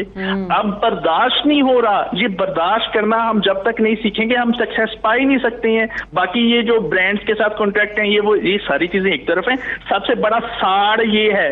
और जब तक हम लोग इस चीज को नहीं पीछे छोड़ेंगे, देखिए वो दुनिया के साथ कंपीट करके आगे वो बच्चा निकल गया है और हम लोग उठ के ये देख रहे हैं हमारा रिकॉर्ड जा रहा है। और खुदा के लिए जिन लोगों ने करप्शन किया क्रिकेट में, मैं नाम नहीं लूंगा, सबको पता है, उनको अब फिर से ला के यहाँ पे बिठाएंगे। और ठीक है नान साहब, बिल्कुल सही है। हमारे पास वक्त थोड़ा सा कम है। इंपॉर्टेंट सऊदीया से भी एक कॉलर है हमारे पास, अबू उसामा साहब। अस्सलाम वालेकुम। वालेकुम सलाम। जी सर फरमाइए। अरे मैंने सिर्फ इतना सा कहना था, कसूर हमारा अपने खिलाड़ियों का भी है और हमारी मैनेजमेंट का भी है और हमारी मीडिया का भी है। कसूर इतना है कि जब ये खिलाड़ी सेलेक्ट नहीं होते तो आपने देखा है जूते फटे हुए होते हैं, लाइनों में लगे हुए होते हैं। हाँ। और जैसे ही ये टीम में सेलेक्ट होते हैं, कभी किसी इश्तिहार में लाखों के करोड़ों के इश्तिहारात में, और ये सेलिब्रिटी बन जाते हैं और फिर उसके बाद खेल से तवज्जो इनकी हट जाती है। उनका विराट कोहली क्यों हर मैच में स्कोर करता है? उनके तमाम खिलाड़ी कभी उनके टायर पंचर नहीं होते। हमारा एक मैच में सही है। ये आपका एक एतराज है इसके ऊपर, इस पे हम आपके जो है वो एतराज को सुन के हम जी चले ठीक है। अच्छा डॉक्टर साहब मुझे ये बताएं कि बहुत सारे लोग इंजमाम साहब के ऊपर भी जो है वो एतराज़ात कर रहे हैं। वो कहते हैं जी इंजमाम साहब का तो अपना पास्ट ऐसा है, उन्होंने बड़े मामला बड़े पैसों की डीलें की हैं, जब वो रिटायर हुए थे तब भी उन्होंने करोड़ों रुपए लिए थे, पता नहीं क्या क्या इस तरह की। तो वो उनको साबित करने की कोशिश कर रहे हैं कि ही इज आफ्टर मनी। अच्छा, इसमें देखें whether he is after money or not, whether he has a commercial mind or not, एक चीज ये कि he was one of the greatest players और उसकी क्रिकेटिंग सर्कल में बहुत इज्जत है। नाउ अगर वो आफ्टर मनी था, ये सारी चीजें जो हैं जिसमें आप उनको, ये आपने सेकंड टाइम आपने उनको चेयरमैन ऑफ सेलेक्टर्स बनाया, उन्होंने खुद कहा था मुझे आगे कि मुझे चेयरमैन ऑफ सेलेक्टर्स बना दो। तो दिस मीन्स कि पाकिस्तान क्रिकेट बोर्ड को अपनी स्पेड वर्क करना चाहिए। दे शुड रियलाइज कि उनको किस किस्म का आदमी चाहिए, इस तरह का डिसीजन मेकर जिसने हैंड पिक टीम्स करनी। सो आई पर्सनली बिलीव कि यू कैनॉट डिनाई किस किस्म की पर्सनैलिटी है इंजमाम की, बट अगर मैं उसको एज ए क्रिकेटिंग स्टैचर देखूं तो मैं इस किस्म का ट्रीटमेंट इस ऐसे आदमी के साथ नहीं करूंगा who has been part of too many glories and who has brought loads of respect personally उसकी पर्सनालिटी क्या है, that is for me, not for me to जज और जज। वो पाकिस्तान क्रिकेट बोर्ड, क्योंकि वो डायरेक्ट स्टेक होल्डर था, वो हायर कर रहा था, उनको पता होना चाहिए कि कौन कैसा है। So that is my thing. ठीक है। अच्छा, अब ये जो सेंट्रल कॉन्ट्रैक्ट्स का साइन ना करना था खिलाड़ियों की तरफ से, कि जिसके बाद अब फिर वो भेजे गए और अब उन्होंने साइन कर दिए मिडिल ऑफ द टूर्नामेंट, इसमें क्या, इसमें बाबर, रिजवान और शाहीन आफरीदी, इन्होंने, ये तीन थे जिनको ए कैटेगरी दी गई, और यही जो है वो कह रहे थे कि जी हमारा कॉन्ट्रैक्ट सारा रिवाइज किया जाए, या इसके अलावा और भी थे? नहीं, इसमें हुआ ये था कि एक प्रिंसिपल स्टांस लिया गया था on behalf of all the players कि पाकिस्तान क्रिकेट बोर्ड जो है वो, देखें, इनको वो 4 से 5%, 7% भी नहीं दे रहा था। दुनिया में 30% मिलता है, हर क्रिकेट बोर्ड देता है।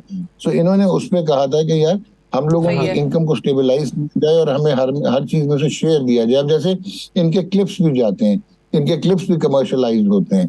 तो उन्होंने कहा जी पेरेंट बॉडी सारे पैसे क्यों रखे, और ये जो NFT के पैसे थे वो प्लेयर से शेयर ही नहीं किए गए, उनको बताया नहीं गया था कि NFT से 5 से 6 मिलियन डॉलर आए। तो वहां से ये पीछे जो इनका मैनेजर था उसने कहना शुरू किया कि let's negotiate with the Pakistan team. लेकिन यहाँ पे प्लेयर्स ने अगर साइन नहीं किया था, उन्होंने रिफ्यूज भी नहीं किया था खेलना। वो एशिया कप भी खेले, बायलैटरल सीरीज भी खेले, वो वर्ल्ड कप भी खेलने चले गए। अच्छा, फिर एक और मुझे चीज बताइए, वर्ल्ड कप पे जाने से पहले पाकिस्तान क्रिकेट बोर्ड ने एग्री कर ली थी उनकी टर्म्स एंड कंडीशंस। जब वो वहां पे पहुंचे और 2 मैच हारे तो उनको कन्वे किया गया कि जब वापस आओगे तो रीनेगोशिएट करेंगे। अब चेंज क्यों? अब जब मीडिया में एकदम ये ब्लास्ट हुआ, तो ये हालत है आपकी PCB की मीडिया मैनेजमेंट की, और जितना काउंटर रिएक्ट उनके चेयरमैन करते हैं कि उन पे कोई बात ना आए। आपने वो ईमेल किए कॉन्ट्रैक्ट, वो वहां पे साइन हुए, 1-2 प्लेयर्स ने नहीं किए, उन्होंने नहीं करने थे, और बाकियों ने साइन करके तो वापस भिजवा दिए। तो अब अगेन आपने कंसीड किया और आपने वो, या तो फिर आप जो है वो अड़ जाते हैं कि यार वापस आओगे तो रीनेगोशिएट करेंगे। So there are so many things into it कि it is mismanagement। जब साइन हो गया तो 3 साल तक के लिए तो वैलिड है वो कॉन्ट्रैक्ट। जी। और अवैस और शिफा, ये ग्रॉस मिसमैनेजमेंट है। मुझे बताएं, एक तरफ आप साइकोलॉजिस्ट भेज रहे हैं टीम जी, ये सुन लें अवैस, और दूसरी तरफ आप अपने कप्तान से लेकर सारों का साइकोलॉजिकल ट्रॉमा दे रहे हैं, ये दे रहे हैं। तो ये है जी, ये ड्रामा जो है, यही तो फिर कप्तान की कप्तानी को सब कुछ खराब करता है। मैं कमेटी का पूछ रहा था कि कमेटी में ये जो लोग शामिल हैं, colonel retired Khalid, colonel retired Akhtar और आलिया रशीद साहिबा, इसके अलावा 2 लोग और हैं। तो ये कौन लोग हैं? आलिया रशीद साहिबा तो चलो ठीक है, हम वाकिफ हैं उनके नाम से, इंडिया के हवाले से भी अभी उन्होंने कुछ अर्सा पहले ही वो ओहदा संभाला है। बाकी जो 2 लोग हैं जी, ये जो 2 कर्नल साहब हैं, ये PCB का एक एंटी करप्शन यूनिट होता है, ACU, जो ICC की रिक्वायरमेंट है कि हर बोर्ड में होना चाहिए, उनके मेंबरान है, वहाँ उनसे ताल्लुक है।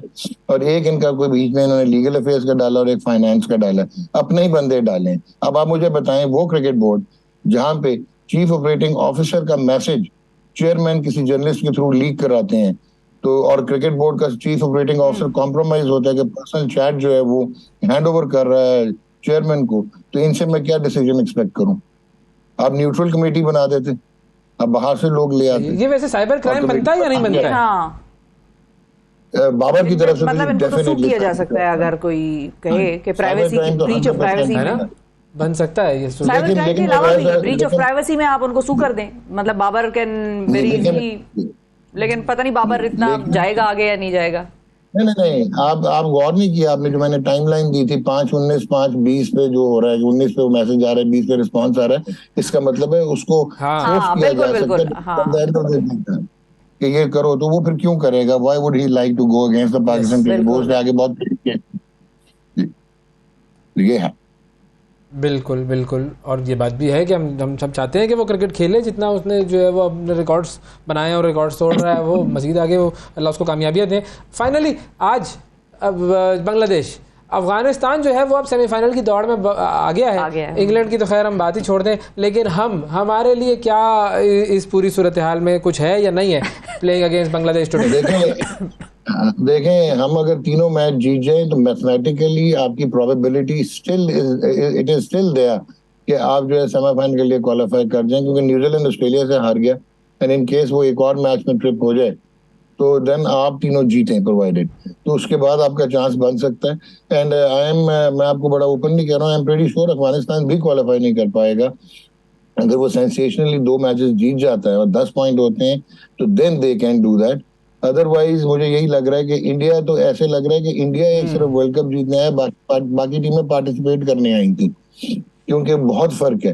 तो India is the front runner, south Africa, Australia वगैरह से जी मैं वही कह रहा हूँ, साउथ अफ्रीका और ऑस्ट्रेलिया ये 3 टीमें हो गई। न्यूजीलैंड, श्रीलंका, पाकिस्तान, अफगानिस्तान, इन 4 में से एक आप कॉन्टेम्पलेट कर सकते हैं कि they would like to push.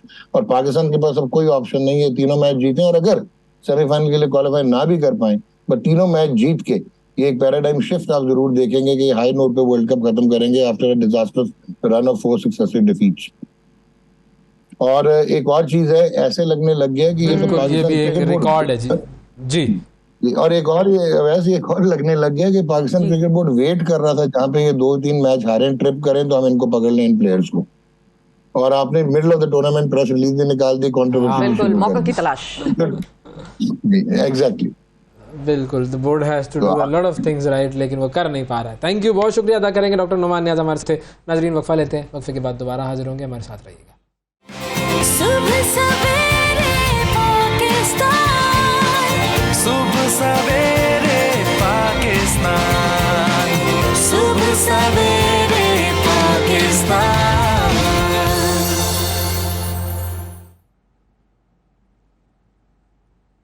Welcome back जी। अब आपको बताते हैं रबाब के जो सुर हैं वो कैसे बिखेरे जाते हैं, कैसे वो रबाब जो है म्यूज़िक बजाता है और किस तरह से उसमें एक पश्तो का जो एक रंग है वो आपको नजर आता है। हमारे म्यूजिक की तरफ जा रहे हैं, म्यूजिक क्या था वो, रोम जल रहा था और नीरो बांसुरी बजा रहा था। यहाँ पाकिस्तान मैच हार रहा है और हम जो है रबाब सुन रहे हैं। लेकिन रबाब के हवाले से हमें पूरा एक बड़ा इंटरेस्टिंग सा पैकेज बनाया है और मुमताज बंगश साहब हैं, हमारे ब्यूरो चीफ है पेशावर में, उन्होंने ये तैयार किया है। उनकी तरफ आपको लेकर चलते हैं कि वो क्या बता रहे हैं हमें रबाब के बारे में।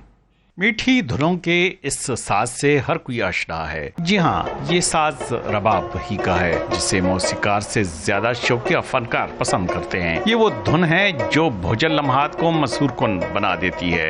इंतहा पसंदी ने रबाब की धुनों को यकीनन मादूम कर दिया था, मगर इस धुन ने गनाई मिजाज पख्तूनों का साथ नहीं छोड़ा। नगरी बाजार जो कभी रबाब बनाने वालों का मरकज समझा जाता था, आज यहाँ रबाब की सिर्फ 2 दुकानें आती हैं। मगर रबाब की मकबूलियत मौसीकी की दुनिया में बढ़ती ही चली जा रही है।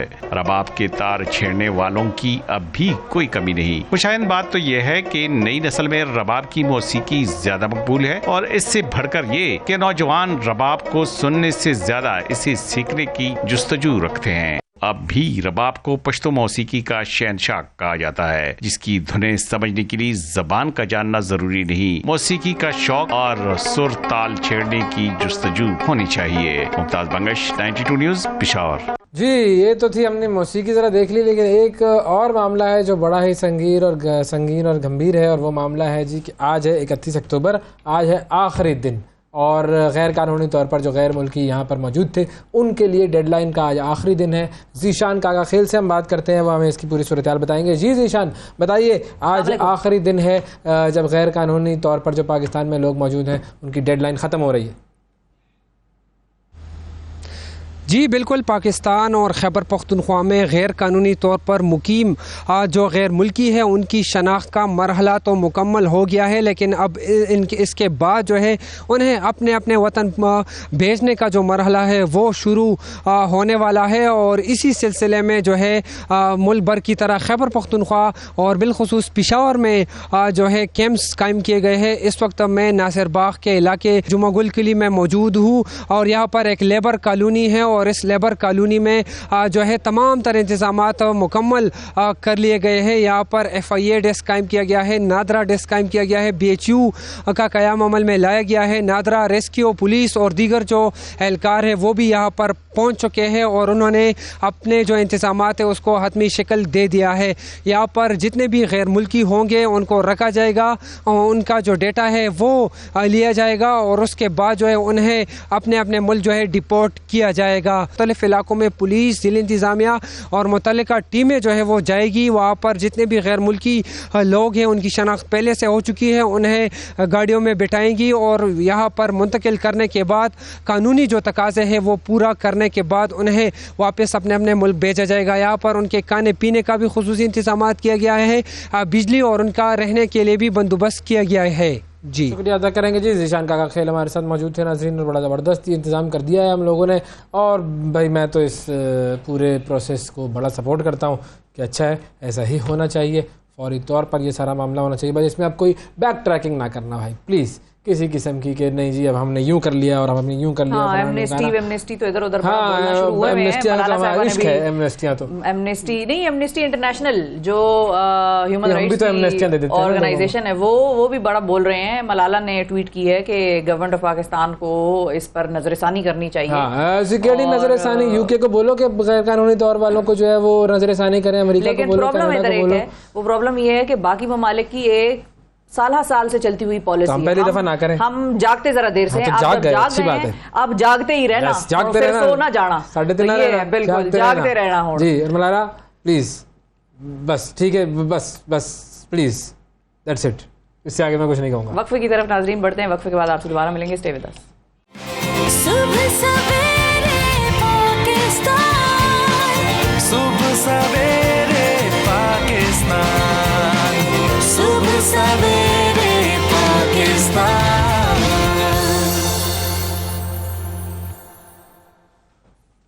वेलकम बैक जी। सुबह सवेरे पाकिस्तान में एक मरतबा फिर खुशामदीद। अब बात करते हैं कुछ चीन की। भाई चीन हम सब जानते हैं, चीन अपना यार है और ग्रेटर देन द हिमालयाज और higher than the Himalayas and sweeter than the क्या था honey and deeper than the oceans है हमारी उसकी दोस्ती। लेकिन चीन में क्या होने जा रहा है, एक फिनोमेना है बड़ी ज़बरदस्त किस्म की। चीन वाले तामीर के हवाले से बड़े ज़बरदस्त काम करते हैं और बड़े यूनिक, हजार बेड का अस्पताल एक हफ्ते में बना देते हैं। बिल्कुल दीवारें चीन उन्होंने बना दी इतनी बड़ी, आप देखें ना, वहीं से कहानी शुरू कर लें।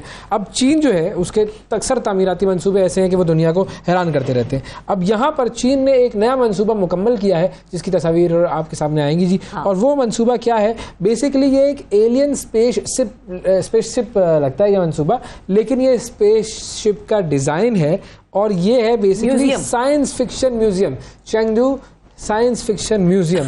और ये झील में तैरता हुआ नजर आता है। ये इसकी एक पूरी जो डिजाइनिंग है उन्होंने इस तरीके से की है। क्या कमाल इन्होंने बनाया। आपको याद होगा कि सिडनी में ओपरा हाउस जो है वो इसी किस्म का एक मंसूबा है जो कि बहुत मशहूर है और जाहिर है सारी दुनिया जाती है। जब भी सिडनी जाते हैं उस जगह जरूर जाते हैं, सबकी तस्वीरें होती हैं। ये उसी से मिलता जुलता एक डिजाइन है, लेकिन ये उससे साइज में 3 गुना बड़ा है, 3 गुना बड़ा।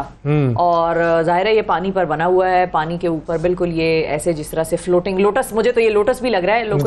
इसको आप जिस तरफ से भी देखेंगे ना इसका डिजाइन अलग नजर आएगा। ये इसकी एक खास बात है कि इसको आप जिस भी एंगल से, जिस भी तरफ से, जिस भी डायरेक्शन से देखेंगे आपको लगेगा कि ये एक अलग डिजाइन की ये बिल्डिंग है। 1 साल में इसको कंप्लीट किया गया है, 12 महीने में इन्होंने बना दिया। मैंने यार छोड़ो भाई, टाइम ज़ाया ना करो। 1000 स्क्वायर मीटर रकबे पर ये फैला हुआ है। और नॉर्मली इस तरह की जो इमारतें होती हैं उनको बनने में कुछ 4-5 साल लगते हैं। 4-5 साल लगते हैं। अच्छा, ये बनाया क्यों गया है, ये भी बड़ा इंपॉर्टेंट है कि ये अचानक बैठे बैठाए साइंस फिक्शन म्यूजियम क्यों बनाया गया है। तो 81st आलमी साइंस फिक्शन जो एक कन्वेंशन है उसके लिए ये म्यूजियम जो है इसको तामीर करने की जो है मंजूरी दी गई थी 2022 में। 81st world science fiction convention, उसके लिए इसकी तामीर की मंजूरी दी गई थी और उस वजह से ये जो है वो मार्ज वजूद में आया। और बड़ा ज़बरदस्त, ये बिल्कुल ऐसा है कि देखने से ताल्लुक रखता है भाई ड्रीम प्रोजेक्ट है ये। तो इस तरह के प्रोजेक्ट्स जो हैं वो किसी भी मुल्क की एक तो वो जो वर्थ होती है इन टर्म्स ऑफ टूरिज्म, बिल्कुल जगहों पर जाकर लोग देखते हैं। जाहिर है आपके पास होने चाहिए इस किस्म की जगह, म्यूजियम्स, मॉन्यूमेंट्स जरूर होने चाहिए। तो हमने भी बड़े बड़े कारनामे किए। हमने सुबह सिटीज नहीं दिखाई अपनी, कि हमने अपनी सिटीज के साथ क्या क्या तामीराती शाहकार किए। नहीं तो चीन हमारा इतना दोस्त था तो उसने हमें कुछ सिखाया क्यों नहीं। तो हम सीखने वाले, अच्छा दोस्त वो होता है जो आपको सिखाए, सीखने वाला ना सिखा सके तो सिखाए। मैं आपको कितनी मरतबा बहुत सारी चीजें सिखाता हूँ। कहाँ आप भी नहीं सिखाते हो, आप ना चीन की सीखने वाला शख्स जो है उसको कोई कुछ नहीं सिखा सकता। सीखने की चाह अंदर से आती है। ये सीखने की चाहत होती है कि इंसान खुद सीखता है। और आप खुद कुआं प्यासे के पास ऐसा नहीं है, ऐसा नहीं है। हम भी बनाते हैं बिल्डिंग्स, हमने इधर इस्लामाबाद IH में वो प्लाजे बनाए, जबरदस्त प्लाजे, देखे ऐसे मार्बल लगाए, जबरदस्त वो चमक रहे हैं, जबरदस्त मजेदार, आपको मजा आएगा देख के। लेकिन जब आप जाएंगे वहां पर गाड़ी पार्क करने के लिए तो आपको समझ में आएगा कि पार्किंग तो बना ही नहीं है, पार्किंग तो है ही नहीं। तो सड़क पे गाड़ी लगाए, डबल रोड पे साइडों पे गाड़ी लगाए ताकि गाड़ी गुजरने का रास्ता ना बचे। बस ये हमारी प्लानिंग है और ये हमारी मंसूबासाजी है। लेकिन गाड़ियों से मुझे याद आया कि सिंध की जो काबीना थी उसको लेटर लिख दिए गए कि भाई गाड़ियां तो वापस कर दो, काबीना खत्म हो गई है। अच्छा, वो चलाई जा रहे हैं मुख्तलिफ महकमों की जो जिले और रीजनल दफातर की गाड़ियां गैर कानूनी तौर पर बहुत सारे इस्तेमाल हो रही है। वैसे ही होती रहती है बिल्कुल। बहुत सारे लोग तो हमें ये भी पता है कि पिछली हुकूमत चली गई थी वोट ऑफ नो कॉन्फिडेंस के बाद, कितने वजीर अंदर मिनिस्टर्स एनक्लेव में बैठे रहते थे। उनको यकीन तो आए ना आए, वो घर उन्होंने लिए हुए थे, ज़ाहिर वहां पर वो रेंट दे रहे हैं, लेकिन ये है कि रिहाइश पजीर थे वो वहां पर। इसी तरह पार्लियामेंट लॉजेस की अगर हम बात करें, बहुत सारे ऐसे लोग जो कि MNA नहीं भी रहे हैं, मतलब वो नहीं भी हुए मेंबरान कौमी असेंबली के, नहीं भी रहे, उसके बावजूद वो उधर रहते हैं और रहते रहे और किराया बहरहाल वो देते रहे, लेकिन वो रह रहे वहीं। मैं भी दे दूंगा किराया, तो इसमें क्या है। चले बहरहाल थोड़ा सा वक्फा लेते हैं, वक्फे में भी हमारे ज़रा किराए का इंतजाम होना होता है, 2 इश्तिहार चलने होते हैं तो घर का किराया भी देना होता है हमें। तो वक्फा लेते हैं, वक्फे के बाद आते हैं तो फिर आपसे मुलाकात करते हैं। सुबह सवेरे पाकिस्तान, सुबह सवेरे पाकिस्तान, सुबह सवेरे पाकिस्तान।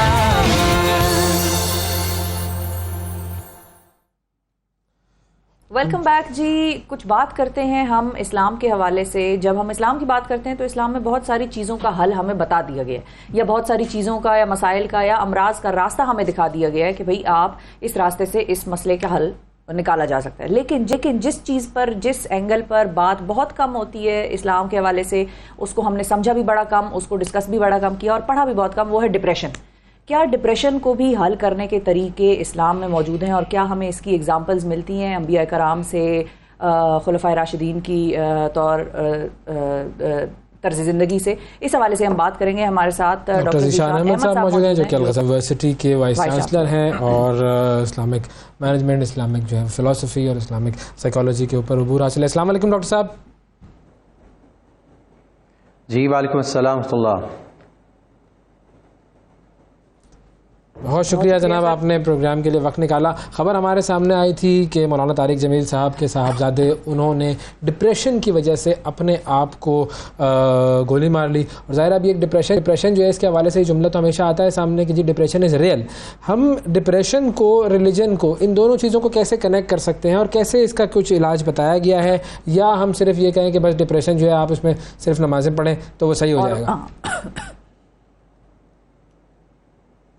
जी देखिए, फंडामेंटली एक बहुत ही एक बेसिक एक नुक्ता है कि दीन कहता है कि इंसान को एक मकसद के तहत पैदा किया। मैं किसी स्पेसिफिक सिचुएशन पर अप्लाई नहीं कर रहा हूँ क्योंकि इस सिचुएशन के बारे में एक रिमार्क में मैं आखिर में दूंगा, बस जो मेरी राय है जी। लेकिन दीन कहता है कि एक ख़ास मकसद के लिए बनाया इंसान को, और जितना उस मकसद पे इंसान कायम रहता है तो वो उतना मेंटली और फिज़िकली और हर तरीके से हेल्दी होता है। और अगर वो उस चीज़ से किसी तरह डिस्कनेक्ट हो जाए, डिटैच हो जाए, किसी तरह से उसकी ज़िंदगी का वो मकसद ना रहे, वो उसकी आइडेंटिटी ना रहे, वो आखिरत को लुक फॉरवर्ड ना कर रहा हो, वो एक अल्लाह से रोज़ाना हर वक्त दिल ना लगा रहा हो, तो फिर एक इस्लाम कहता है कि एक नेचुरली ही और she is expose to mental disorders, क्योंकि वो अपनी फितरत से हट गया है। तो फितरत इंसान की ये है कि वो एक अल्लाह को सामने रखेगा, हर चीज़ उसकी अल्लाह से होती रहेगी, रियल टाइम में वो अल्लाह से कनेक्टेड रहेगा, सिर्फ नमाज़ों में नहीं, सिर्फ तरावी पढ़ते वक्त नहीं, सिर्फ रोज़े या ज़कात देते वक्त नहीं, रोज़े की हालत में नहीं। तो ये एक चीज़ है जो कि इंसान की फितरत के अंदर अल्लाह ताला ने पैदा की है। अब जहाँ पे इंसान से डिविएट करता है और दूसरी चीज़ों में दिल लगाता है, सोशल मीडिया एडिक्ट हो जाता है या नेटफ्लिक्स एडिक्ट हो जाता है या कोई और ऐसी चीज़ें होती हैं, तब ये मसाइल हो जाते हैं। इस तरह से बहुत सारी दुआएं हैं, कुरान की तिलावत है, बहुत सारे ऐसे अमाल हैं जो बताए गए हमारे दीन के अंदर, जो तमाम जितने, इट्स नॉट जस्ट डिप्रेशन बल्कि स्ट्रेस है, टेंशन है, एंजाइटी है, डिप्रेशन है, सैडनेस है, उस सब का क्योर स्पेसिफिकली हमारी यानी आयतों में, कुरान शरीफ में बताया गया। और ज़रा डिप्रेशन तो हम एक वर्ड रिज़र्व करते हैं एक साइकोलॉजी के एक डिसऑर्डर के लिए, और उसकी एक मुख्तलिफ सूरतें हैं, मैं उसमें नहीं जाना चाहता, लेकिन ओवरऑल इस्लाम में बहुत सारी ऐसी चीज़ें बताई गई। सही। अच्छा, अब अगर कुछ एग्जांपल्स हमारे सामने हो कि मिसाल के तौर पर कोई वाकयात ऐसे हुए या कोई ऐसा मौका आया कि जहां पर हमने देखा कि हम जिन लीडर्स को, इस्लामिक लीडर्स जो हमारे हैं उनको फॉलो करते हैं, तो उनकी ज़िंदगी में इस किस्म का कोई मामला आया कि जिसमें वो ज़ाहिर है उदासी हो जाती है इंसान को, ये एक नेचुरल प्रोसेस है, आपके कोई हाइज भी होते हैं, आपके लोज भी होते हैं। क्योंकि हुजूर सल्लल्लाहु अलैहि वसल्लम के हवाले से तो कुरान में स्पेसिफिक आयात हैं कि जिसमें अल्लाह ताला ने उनसे कहा है कि आप दिल गिरफ्तार ना हो, जो लोग आपकी तरफ हुजूर दीन की तरफ मायल नहीं हो रहे। तो और इस तरह के कोई वाकयात हों जो कि हमारे लिए मशरे राह बन सके। जी, तो दो तरह की सिचुएशन है। एक तो हमारी गलती की वजह से, एक अल्लाह का एक निज़ाम है। अल्लाह ताला ने नबी करीम सल्लल्लाहु अलैहि वसल्लम ने खुद फरमाया कि जितनी तकलीफ़ें और जितने रंज और जितने दुख मुझे पहुँचे, मुझसे पहले भी किसी नबी को नहीं पहुँचे। तो एक सिचुएशन याद रखिएगा कि आप अलैहिस्सलाम ऐसा नहीं था कि वो हमसे ज़्यादा सेंसिटिव थे, हमसे ज़्यादा हसास तबीयत के मालिक थे, और ऐसा नहीं था कि आप अलैहिस्सलाम के दिल पे बहुत सारी चीज़ें गिरा नहीं गुजरती थी। कुरान शरीफ वाज़ेह तौर पे कहता है कि मा अज़ीज़ अलैहिम अनित्तुम, ये जो आपके ऊपर यानी मुसलमानों के ऊपर, उम्मत के ऊपर जो मुश्किलात पड़ती हैं, नबी करीम अलैहिस्सलाम को वो गिरा गुजरती थी। तो आप अलैहिस्सलाम तो हर एक यानी अपनी तकलीफ़ें तो फील करते ही थे, बाकी इधर आसपास के लोगों की, उम्मत के लोगों की तकलीफ़ें फील करते थे। तो आप अलैहिस्सलाम दाइमुल हुज़्न भी थे, इस माना में कि एक आपके दिल पर एक मेरी उम्मत का क्या होगा, इंसानियत का क्या होगा, क़यामत में क्या होगा, कैसे अज़ाब से बच सकते हैं। मिसाल भी देते थे कि मेरी मिसाल ऐसी है कि तुम सब आग के गड्ढे में गिरने की कोशिश करो, मैं पीछे से तुम्हें रोक रहा हूँ। तो इस माना में आप अलैहिस्सलाम का था, लेकिन ये एक बहुत मुख्तलिफ किस्म का ये वो डिप्रेशन की कैफियत नहीं होती जिसके अंदर एक इंसान ऐसे डाउन हो जाए जिसमें उम्मीद ख़त्म हो जाए। तो इस सिचुएशन में दूसरी सिचुएशन में फ़र्क ये है कि ये कैफियत आपको इन्फ्लिक्ट तो करती है, आपको अफेक्ट तो करती है, लेकिन इसके नतीजे में ये नहीं होता कि, बल्कि आपकी इसके नतीजे में ये होता है कि आपकी मेहनत बढ़ जाती है, आप और दुआएँ करते हैं। जैसे मिसाल के तौर पर ग़ज़वा बदर के अंदर ऑड्स जो थे मुसलमानों के मुकम्मल ख़िलाफ़ थे, तो आप अलैहिस्सलाम सजदे में गिरे हुए हैं, दुआएं भी मांग रहे हैं, रो भी रहे हैं, यहाँ तक सहाबा को डर लग रहा है कि ये अपने आप को हलाक ना कर दें इसी सजदे में। यहाँ तक जिब्रील अलैहिस्सलाम आ रहे हैं और वो खुशखबरी सुना रहे हैं, और आप अलैहिस्सलाम उस वक्त तक सर नहीं उठाते जब तक फतह की खबर नहीं मिल गई। तो एक वो डिप्रेशन है जो कि हमें हेल्पलेस और एक एक्शन से बिल्कुल हमें दूर कर देता है, और हमें अपनी यानी मजबूरी और लाचारी का एहसास दिलाता है, और हम बेबस हो जाते हैं। एक वो है जो कि गम है, एक इफेक्ट, एक सिचुएशन है जो हमें अल्लाह ताला से और मांगने पे, उसके आगे रोने पे, और एक्शन लेने पे, और अपनी कंडीशन बेहतर करने पे मजबूर करती है। तो इन दोनों में बहुत बड़ा फ़र्क है। हज़रत उमर का हम देखें, नबी करीम सल्लल्लाहु अलैहि वसल्लम को देखें, हज़रत अली का देखें, हज़रत अबू बकर का देखें, तो हमें वाज़ेह तौर पे चीज़ नज़र आती है। हज़रत उस्मान का देखें, जिस तरह से वो रोते थे रात में कब्र का सोच के, तो इनका या तो आखिरत से था, डर था, या फिर ऐसा गम था जिसका वो मदावा करने की कोशिश करते थे। अच्छा, अब हमें ये भी बताइएगा कि क्या कोई इलाज की सूरत हाल बताई गई है? कि देखिए कनेक्टिविटी तो ठीक है, अल्लाह ताला से कनेक्ट होना ज़रूरी है, लेकिन बहुत मरतबा वो कनेक्टिविटी नहीं हो रही थी, या बहुत मरतबा सिलसिला ऐसा होता है कि वो कनेक्टिविटी इंसान करने की कोशिश कर रहा होता है, लेकिन उसकी बीमारी या जो उसकी कॉजेज़ हैं, जो रूट कॉज हैं, कोई इशू है, वो इतना ज़्यादा उसके ऊपर हावी होता है। तो जो साइकोलॉजिस्ट हैं या जो साइकियाट्रिस्ट हैं वो इलाज की तरफ जाते हैं। तो हम इलाज की तरफ जाने के लिए फिर क्या करेंगे? देखिए, इलाज जो है वो तो खैर सुन्नत है, जो भी इस वक्त की तहकीक है उसके मुताबिक जो इलाज किया जा सकता है वो किया जाए। लेकिन पहले इसको भी समझना चाहिए कि एक है एक सिम्टम का इलाज है, और एक है रूट कॉज का एनालिसिस और रूट कॉज को एलिमिनेट करना। तो उसकी तरफ भी जाना चाहिए कि वो रूट कॉज आखिर क्या है, वो क्या लाइफस्टाइल है। मिसाल के तौर पे इस्लाम चंद चीज़ें बताता है जिससे एक इंसान हेल्दी एक मेंटल कंडीशन में रह सकता है। मिसाल के तौर पे उसमें अल्लाह की याद की हमने बात की। फिर एक ये है कि ये तो वेस्टर्न रिसर्च भी साबित करती है कि जिसकी बॉन्डिंग अच्छी है, रिलेशनशिप्स फैमिली के अच्छे हैं, आसपास लोग हंस बोल रहे हैं, तो वहाँ पर उसको मेंटली वो ज़्यादा हेल्दी रहेगा। इसी तरह से एक वो है जिसकी ज़िंदगी के अंदर कोई पर्पज़ और मीनिंग है, दूसरे की ज़िंदगी में पर्पज़ और मीनिंग नहीं। ये सारी चीज़ें हैं। लेकिन जब इलाज पे स्पेसिफिकली आते हैं तो इस्लाम में ज़ाहिर है कि इलाज से मना नहीं किया गया। इलाज जो भी साइकियाट्रिस्ट का, साइकोलॉजिस्ट का इलाज है वो आप कर सकते हैं, काउंसलिंग ले सकते हैं। लेकिन इसमें जो सबसे पावरफुल चीज़ इस्लाम ने बताई है वो कुरान है, जिसके अंदर अल्लाह ताला ने फरमाया कि इसके अंदर अल्लाह ताला ने हिदायत भी रखी, हुदम व रहमतुम व शिफाउं, यानी शिफा भी है, रहमत भी है और हिदायत भी है। तो इस तरह की कितनी चीज़ें हैं जो कुरान के सिर्फ पढ़ने से, यानी ऐसे लोग हैं जो टर्मिनली इल हैं, बहुत सैड कंडीशन में हैं, बहुत डिप्रेसिव कंडीशन में हैं, और सूरह रहमान पे बार बार पढ़ी गई, उनको फ़रहत मिली। और इसी तरह से कुरान ने एक चीज़ जो इलाज सिखाया इसका वो ग्रैटिट्यूड है, यानी शुक्र है कि वो आप अगर करते रहते हैं तो आपको आपकी मेंटल कंडीशन बेहतर रहती है। वेस्टर्न रिसर्च है कि ओल्ड हाउसेस में उन्होंने देखा कि ऐसे लोगों को एक तरफ डिवाइड किया, दोनों की कंडीशन सेम थी। एक को कहा कि आपने रोज़ाना कुछ चीज़ आसपास तलाश करनी है, उसको अप्रिशिएट करना है और उस पर शुक्र करना है और मुस्तकिल ये करते रहे, यानी वो छोटे से सूरज के निकलने को अप्रिशिएट करते रहे, एक जोक जो उन्होंने शेयर किया वो करते रहे, खाने को अप्रिशिएट करते रहे। फिर उन्होंने दोनों का लेवल ऑफ डिप्रेशन चेक किया तो 2 महीने बाद, और इट टर्न आउट कि जिन लोगों को ये एक्सरसाइज नहीं दी गई थी वो बहुत ज़्यादा डिप्रेसिव थे, और जिन लोगों को एक्सरसाइज दी गई थी वो बहुत ज़्यादा खुश भी थे और डिप्रेशन का नामो निशान नहीं था। तो ये तो वो चीज़ें हैं जो काउंसलिंग से और हैबिट से चेंज हो सकती हैं। फिर ज़ाहिर है कि जो ड्रग्स हैं या जो उसकी और थेरेपीज़ हैं उसके बिल्कुल सही।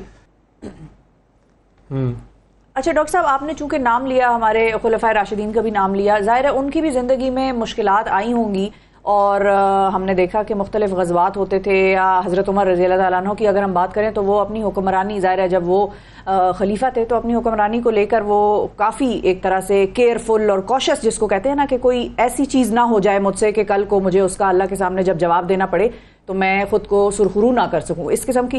तो ज़ाहिर है उनके भी बहुत सारे ऐसे चैलेंजेस होते थे। कोई ऐसी प्रैक्टिसेस उनकी लाइफ से हमें मिलती हैं कि जिसमें वो ज़ाहिर है इनके दोस्त भी होंगे, किसी के साथ ज़्यादा अच्छी दिल की बात कर सकते होंगे, कोई ऐसा इनका साथी, ये सारे खुलफाए राशिदीन के हवाले से अगर आप कुछ बता सकें हमें, इनकी क्या प्रैक्टिसेस थी, जब परेशान होते थे क्या करते थे? जी, पहले तो एक बात इनकी थी कि सबसे ज़्यादा दोस्ती इनकी अल्लाह ताला से थी। तो ये रातों को रोते थे अल्लाह के आगे, और हस्बी अल्लाह व निअमल वकील, हस्बुनल्लाह व निअमल वकील, ये बार बार पढ़ते थे, अल्लाह मुझे काफ़ी है। अच्छा, ये चूँकि अरब थे और न सिर्फ जहन से बल्कि दिल के अंदर इनके कुरान पेवस्त था, उतरा हुआ था, तो ये जब ये पढ़ते थे तो इनको अल्लाह नज़र आता था और अल्लाह इनके साथ होता था।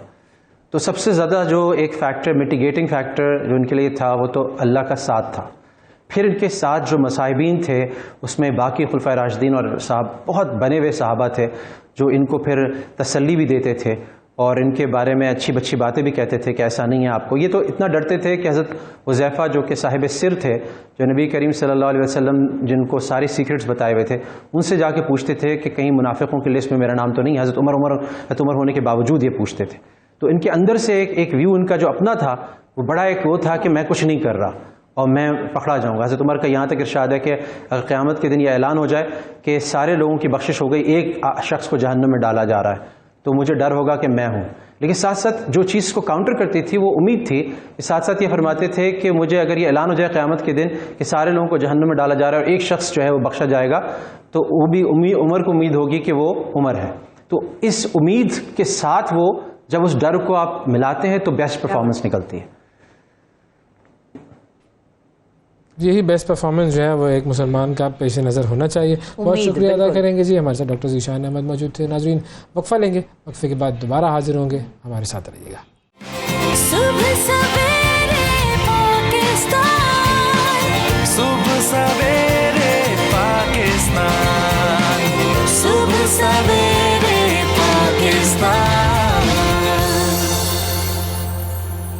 वेलकम बैक जी। अब बात करते हैं फड्डे की। एक बहुत बड़ा फड्डा पड़ा हुआ होता है, और फड्डा क्या होता है कि मर्द जो है वो ख़वातीन के घर के कामों को बिल्कुल कोई काम समझते ही नहीं। कहते भाई ये क्या काम है, ये कोई काम है, ये इस काम की तो कोई वैल्यू ही नहीं है, इस काम की तो कोई वर्थ ही नहीं है। और ख़वातीन ज़ाहिर है इस पर बराम होती हैं, और ये हर घर का मामला है। अब ये मामला क्या ऐसे सॉल्व हो सकता है ज़िंदगी में कभी या नहीं? आप क्या इस पर अपने इज़हार ख्याल करना चाह रही हैं? हमारा तो फड्डा है भाई। हाँ, तो ये होता है, ये फड्डे होते हैं नाज़रीन। फड्डा सॉल्व कैसे करना है, क्या ये फड्डा सॉल्व हो सकता है या नहीं हो सकता, इस पर हमें बात करनी है। आपकी हम फ़ोन कॉल्स लेंगे और आपसे जानेंगे कि ये फड्डा क्यों होता है, इस फड्डे की वजह। ये कोई काम थोड़ी है, इनके तुम सारा दिन घर में करती क्या हो? ये होता है, क्या बैठी ही तो रहती हो। हाँ, जबकि एक दिन अगर वो बैठी ना रहे तो आपको पता लग जाएगा कि घर बैठ जाता है, रुक जाएगा भाई। लेकिन क्यों ऐसा होता है और क्या तुमने क्या किया? हांडी पकाई है तो क्या किया है, सालन पकाया है तो क्या किया है तुमने? हाँ, ऐसा क्या काम किया? खुद ही पक जाता है, टमाटर भी खुद ही कट जाते हैं, देगची में गिर जाते हैं, प्याज भी कट जाता, मसाले भी डल जाते, सब ऑटोमेटिकली हो जाता है। लेकिन उसमें असल में मसला क्या होता है कि आपको अपने बॉस की झिड़कियां तो नहीं सुननी पड़ती ना। जब बॉस सुनाता है ना ऑफिस में, तो हस्बैंड की सुननी पड़ती होंगी खवातीन को, बेचारियों को। नमक कम है, सालन ठंडा है, रोटी गर्म नहीं है, गोल नहीं है, ये सब भी होता होगा। मसाला तेज हो गया है, मतलब सुननी तो है भाई। आप ऑफिस में बॉस की सुने, हम घर में आपकी सुन रहे हैं। नमक कैसे कम हो जाता है किसी खाने में? ला के दिया है ना, तो भाई डालो सब पूरा पैकेट उलट दो, ऐसा करो कि बस डाल ही दो सारा। भाई आप डालते नहीं है तो कम है, आपने अगर डाला होता सही तरीके से तो सही होता। वो ये भी खवातीन को समझना चाहिए। नहीं, वो जो मर्द बेचारा दो छोटी चीजें पड़ी होती हैं डाइनिंग टेबल पे या ट्रेज में, वो होती है नमकदानियां। क्या होती है? नमकदानियां। उनमें नमक भी होता है, काली मिर्च भी होती है। अगर कम है तो भाई थोड़ा छिड़क ले ऊपर, इतना क्या वावेला करना है। ऊपर से छिड़कना नमक सेहत के लिए सही नहीं है, मजा नहीं आता, सेहत के लिए सही नहीं। मैं बता रहा हूँ, असल बात ये है। तो इस पर हम बात करेंगे, आपकी फोन कॉल्स लेंगे और आपसे इसका तज्जिया लेंगे, तबसरा लेंगे और बताएं घर का बताए ना जरा। ये बड़ा मुश्किल सवाल है कि अपने घर में क्या होता है और इसको सॉल्व करने का तरीका क्या है। बुनियादी तौर पर एक्सपीरियंसेस बताएं और तरीक़ाकार बताएं कि भाई ये मसला कैसे हल किया जा सकता है। और खवातीन हमें कॉल करें, बताएं, खवातीन भी कॉल करें, बताएं कि भाई उनको कितनी दफ़ा ये सुनने को मिला कि तो क्या हो गया, इतना क्या काम आ गया घर में, किया क्या है तुमने? मैं आया हूं ऑफिस से, तुम सर पे पट्टी बांध के बैठी हुई हो, 4 जोड़े धो के तुमने इस्त्री कर दिए, तो कौन सा पहाड़ तोड़ा है तुम? ये लफ्ज होते हैं, बहुत सारे घरों में तो मासियां होती है ना, वो जो काम करने वाली हेल्प मेड्स, तो वो काम करेगी तो फिर घर की तो पता नहीं वो भी नहीं मिलती। अब तो बिल्कुल ही बस मामलात बदल गए। पाकिस्तान तरक्की कर रहा है, पाकिस्तान तरक्की की राह पे गामजन है। ये ना कहें आपके तरक्की नहीं कर रहा, हम तरक्की कर रहे हैं। और हम वेस्ट की तरह अब यहाँ पर भी कोई घर के मुलाजमीन या कोई हेल्पर्स, हाउस हेल्प स्टाफ वगैरह नहीं, सारा काम खुद करना पड़ेगा। बिल्कुल, अब खुद ही करना पड़ेगा। तो जब सब खुद करेंगे तो फिर पता चलेगा कि सर पे पड़ी है, और क्या काम सीखना पड़ेगा, काम करना भी पड़ेगा। तो ये है जी हमारा कॉल इन सेगमेंट का मौजूद। मिसेस खान की कॉल आ गई है वाकंड से। अस्सलाम वालेकुम जी मिसेस खान, बताएं आपने कितनी दफा जिंदगी में ये सुना है मिस्टर खान से कि किया ही क्या है तुमने आज सारा दिन, क्या करती रही हो, बैठी ही तो रही हो, लेटी हुई थी जब मैं आया। मैं आपको एक बात बताऊं कि मेरी शादी को माशाल्लाह 33 साल हो चुके हैं। अच्छा। माशाल्लाह। और इस 33 साल में आज तक मैंने ये नहीं सुना कि आपने किया क्या है। अच्छा, मतलब एक्नॉलेज करते हैं फिर आपके, या पहले से आप लिस्ट बना के रख देते हैं? मुझे लगता है कि ये घर का माहौल बनाना एक खातून की जिम्मेदारी होती है और उनके बड़ों की जिम्मेदारी होती है। जब बच्चे बड़ों से सीखते हैं और नस्ल दर नस्ल अगर आपको इज्जत करना सिखाया जाता है, हाँ बिल्कुल जी, तो उससे फिर ये चीज सामने आती है। और औरत ही जब औरत की इज्जत करना सिखा देती है, जो माँ होती है, चाहे वो लड़के की हो या लड़की की हो, तो मेरा ख्याल है ये बातें सुनने को कभी नहीं मिलती। तो लेकिन जब आपकी ट्रेनिंग इस तरीके से होती है और आप फिर आने वाली नस्लों में ये चीज ट्रांसफर करते हैं, तो जो आने वाली बेटी होती है उसके लिए इज्जत बहुत जरूरी होती है। और वो इज्जत जब आपके बड़ों से मिलती है उसको, तो ऑटोमेटिकली आपके अंदर वो ट्रांसफर होती है। फिर आप कभी नहीं कहते कि आपने क्या किया है, क्यों किया है, अभी तो मैं आया हूँ थका हुआ, खाना नहीं बना, खाने में नमक ज्यादा है, कम है। मैंने आज तक ये चीजें सुनी नहीं है। अच्छा, और कभी गलती होती भी नहीं थी आपसे या सुनी नहीं? या वो बर्दाश्त ज्यादा उनमें सबर? नहीं, मैंने बहुत गलती की क्योंकि मेरी शादी बहुत यंग एज में हुई थी। अच्छा। लेकिन मेरे ससुराल वाले पढ़े लिखे नहीं थे, लेकिन वो मैच्योर थे और उन्होंने इस चीज को एक्नॉलेज किया कि जब एक नई बच्ची आ रही है तो उसको किस तरीके से घर के माहौल में ढाला जाता है। मेरी सास कहा करती थी, बेटा या तो ढल जाओ या ढाल दो। उन्होंने मुझे ढाला भी और ढल भी गई। भाई वाह, जबरदस्त। सास को क्रेडिट जाता है, सास को सुर्ख सलाम, ये जो उन्होंने कमाल की बात। सास को क्रेडिट जाता है, मेरे ससुर को भी क्रेडिट जाता है, मेरी नंदों को भी क्रेडिट जाता है, क्योंकि मेरी शादी गांव में हुई। मैं शहर से गांव में हुई। बिल्कुल सही। चले, जबरदस्त। लेकिन उन्होंने मुझे इतनी इज्जत दी कि मेरे हस्बैंड को, बल्कि मेरे ससुर जब फौत हुए तो मुझे ऐसा लगा कि मेरे वालिद मेरे सर पे नहीं है। अल्लाह। और मैं उस दिन बहुत रोई और मुझे पहली दफा एहसास हुआ कि जी मेरे सर पे से साया उठ गया है। बिल्कुल। तो ये चीज बड़ी एक्नॉलेज करने वाली है कि जी बड़े जब आपको ट्रेन करते हैं तो उसमें बच्चों की ट्रेनिंग में ये चीज शामिल होनी चाहिए कि आप भी घर का हिस्सा हैं और आपने भी अपने घर वालों के साथ हाथ बटाना है और उनकी हेल्प करनी है, ना कि जी बेटा है तो सोया रहे, बेटी है तो काम करे। बिल्कुल, और ये बैलेंस जो है वो नहीं करना चाहिए। बिल्कुल सही। चलें, जबरदस्त। थैंक यू जी, बहुत शुक्रिया मिसेस खान। अब हमारे साथ कौन है जी अगला कॉलर? जी मोहम्मद हनीफ साहब, अस्सलाम वालेकुम। बहरीन से बात कर रहा हूँ। बहरीन से बात कर रहे हैं मोहम्मद हनीफ। अर्ज ये करना था जी, अल्लाह ताला ने जो सबसे पहला रिश्ता बनाया था ना, वो मियाँ बीवी का रिश्ता था, माँ बेटे का, किसी का रिश्ता नहीं था। तो ये बड़ा मुकद्दस रिश्ता होता है। ये वाले छोटे छोटे शिकवे करना, ये बड़ी हैरत अंगेज सी बात लगती है कि आपको घर से बाहर नहीं निकलना पड़ता। सब्जी फ्रूट से लेके कपड़ों तक जो नेसेसिटीज ऑफ द लाइफ है, कम्युनिटीज ऑफ द लाइफ है, वो खावन ला के देता है। और उसको देखिए, treat him like a king and you will live like a queen. हाँ, आप एक अपने बाप की बेटी थी, शहजादी की तरह रहती थी। अच्छा, अपने घर में मेरी भी बेटियां हैं, मेरी भी बहनें हैं, सारे अपने अपने घरों में हैं। उसमें होता क्या है कि हम चलो बेटा कर लो, नहीं मेरा मूड नहीं है। अच्छा, मैं कह रही हूँ ना उठो, माँ कहती है तो कर लो। तो बेटा जिस तरह आप अपने दूसरे घर में जाते हैं, इंस्टेड ऑफ आज नमक नहीं, ये शिकवा ना करें। इज अ प्रोवाइडर, अल्लाह ताला ने एक एबिलिटी इंसान। लेकिन मर्द जो है वो वैसे जरा हल्का लेते हैं उन कामों को जो खवातीन कर रही होती है। जनरली तौर पे ऐसा होता है। माजरत चाहता हूँ आप लेडीज पे जो घर पे बैठी होती है ना, उन पे कोई भी लाइबिलिटी नहीं होती है कि you have to do that, you have to pay for this. अब बाहर जाके हम लोग क्या करते हैं, किसी की बातें सुनते हैं, किसके साथ हंसते हैं, और फिर ये देखिए कि जिंदगी एक ही शख्स के साथ गुजारना, फिर उसकी बातें भी सुनना, चाहे वाइफ है चाहे हस्बैंड है, ये बहुत बड़ी बात होती है ना। आप ये भी तो देखें ना कि ही इज प्रोवाइडिंग एवरीथिंग, और अगर गलती तो हो रही है ना कहीं पे, वो उसको अब बजाय ये कि उसका शिकवा किया जाए ना, यार मैं अपने हिस्से का काम करता हूँ, I will facilitate you, he will facilitate me. जब आप सारे काम, मैं आपको छोटी सी बात बताता हूँ, जब आप सारे काम करके बैठे हैं, मर्जी का खाना पका हुआ, तो अप्रिशिएशन तो होगी, चाहे कोई भी होगा। कहाँ करते हैं? मैं तो नहीं करता आज तक। हो ना, नहीं करते हैं। ऐसा नहीं कीजिए, प्लीज ऐसा नहीं कीजिए, ऐसा नहीं कीजिए। हमारा मुआशरा आज भी ईस्टर्न वैल्यू पे डिपेंड कर रहा है, हमारी फैमिली सिस्टम है। अभी मेरी बहन ने बताया, मेरी सिस्टर, सास, नंदे हैं लोग, वो क्या होता है कि आप अपनी गोद को अच्छा रखें, आपने एक पूरी जनरेशन को तरबियत देनी है। बिल्कुल सही है जी, वेरी गुड जी, बड़ा इंपॉर्टेंट बात आपने रेज की जी। मोहम्मद हनीफ साहब हमारे साथ मौजूद थे, बहरीन से बात कर रहे थे, कमाल की बात की उन्होंने। बिल्कुल, माँ की जिम्मेदारी का मुकाबला ही कोई नहीं। बिल्कुल, जो माँ, क्योंकि सबसे ज्यादा टाइम आप अपनी औलाद के साथ माँ गुजारते हैं, और या फिर टीचर गुजारता है, तो माँ और उस्ताद और वालिद भी जाहिर है, उनका भी एक खास मकसद है, मकाम है हमारी जिंदगी में, लेकिन माँ का तो कोई नेवल बदल है ही नहीं। तो काम को काम समझे और हर एक के काम को इज्जत दें, ये है जी हमारा जो इस सेगमेंट का मैसेज। अच्छा जी, वक्फा ले लेते हैं, वक्फे के बाद दोबारा हाजिर होंगे, और वक्फे के दौरान देखें आपके लिए इंपॉर्टेंट एक डिश आ गई है, ठीक है। ये है खांसी को सही करने का टोटका, मैं आपको चैलेंज कर रहा हूँ, ठीक है। ये आप उठाएं बताएं, दुनिया को बताएं कि ये क्या है। ये अदरक है। इतनी सॉरी ले आया, ऐसा लग रहा है ठेला लगाना है इन्होंने, ठेला नहीं लगाना। इसमें जैसे चुन्ना सा पीस आप लें, चुन्ना सा, जो सबसे चुन्ना पीस मिल रहा है ना आपको, वो ले लें, चुन्ना, बिल्कुल चुन्ना सा। ये इसका भी आधा कर लें, बस इसको मुंह में रखें। अब इसको मुंह में ही रखना है, निगलिएगा मत। ये मैं सही बता रहा हूँ नाजरीन, एक तो ये मैंने डॉक्टर होने का किरदार अदा किया है, ठीक है। ऐसा होता है, बच्चे ये करते हैं, बड़ा मुश्किल होता है बच्चों को ये समझाना, लेकिन इसका फायदा होगा, मैं आपको बता रहा हूँ। इसको निगलना नहीं है, ठीक है। किस चीज का बदला लिया है ये मैं आपसे, अभी आप सही होंगी ना, फिर आप बताइएगा। नाजरीन, वक्फा लेते हैं, वक्फे के बाद आते हैं, देखते हैं कि कितनी खांसी होती है इनको। वक्फे के बाद मिलते हैं।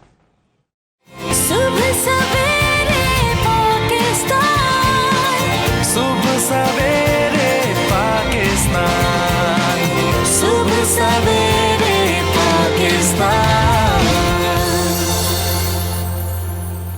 वेलकम बैक जी। अल्ट्रा प्रोसेस्ड फूड पर हमने बात करनी है कि ये हम खाते हैं तो अपनी ज़िंदगी के साथ क्या करते हैं, और none other than doctor Afan Kaiser हमारे साथ मौजूद हैं, बड़े ज़बरदस्त पाकिस्तान के सोशल मीडिया पर्सनालिटी हैं, मेडिकल स्पेशलिस्ट हैं, वो हमें बताएंगे अल्ट्रा प्रोसेस्ड फूड के बारे में। अस्सलाम वालेकुम।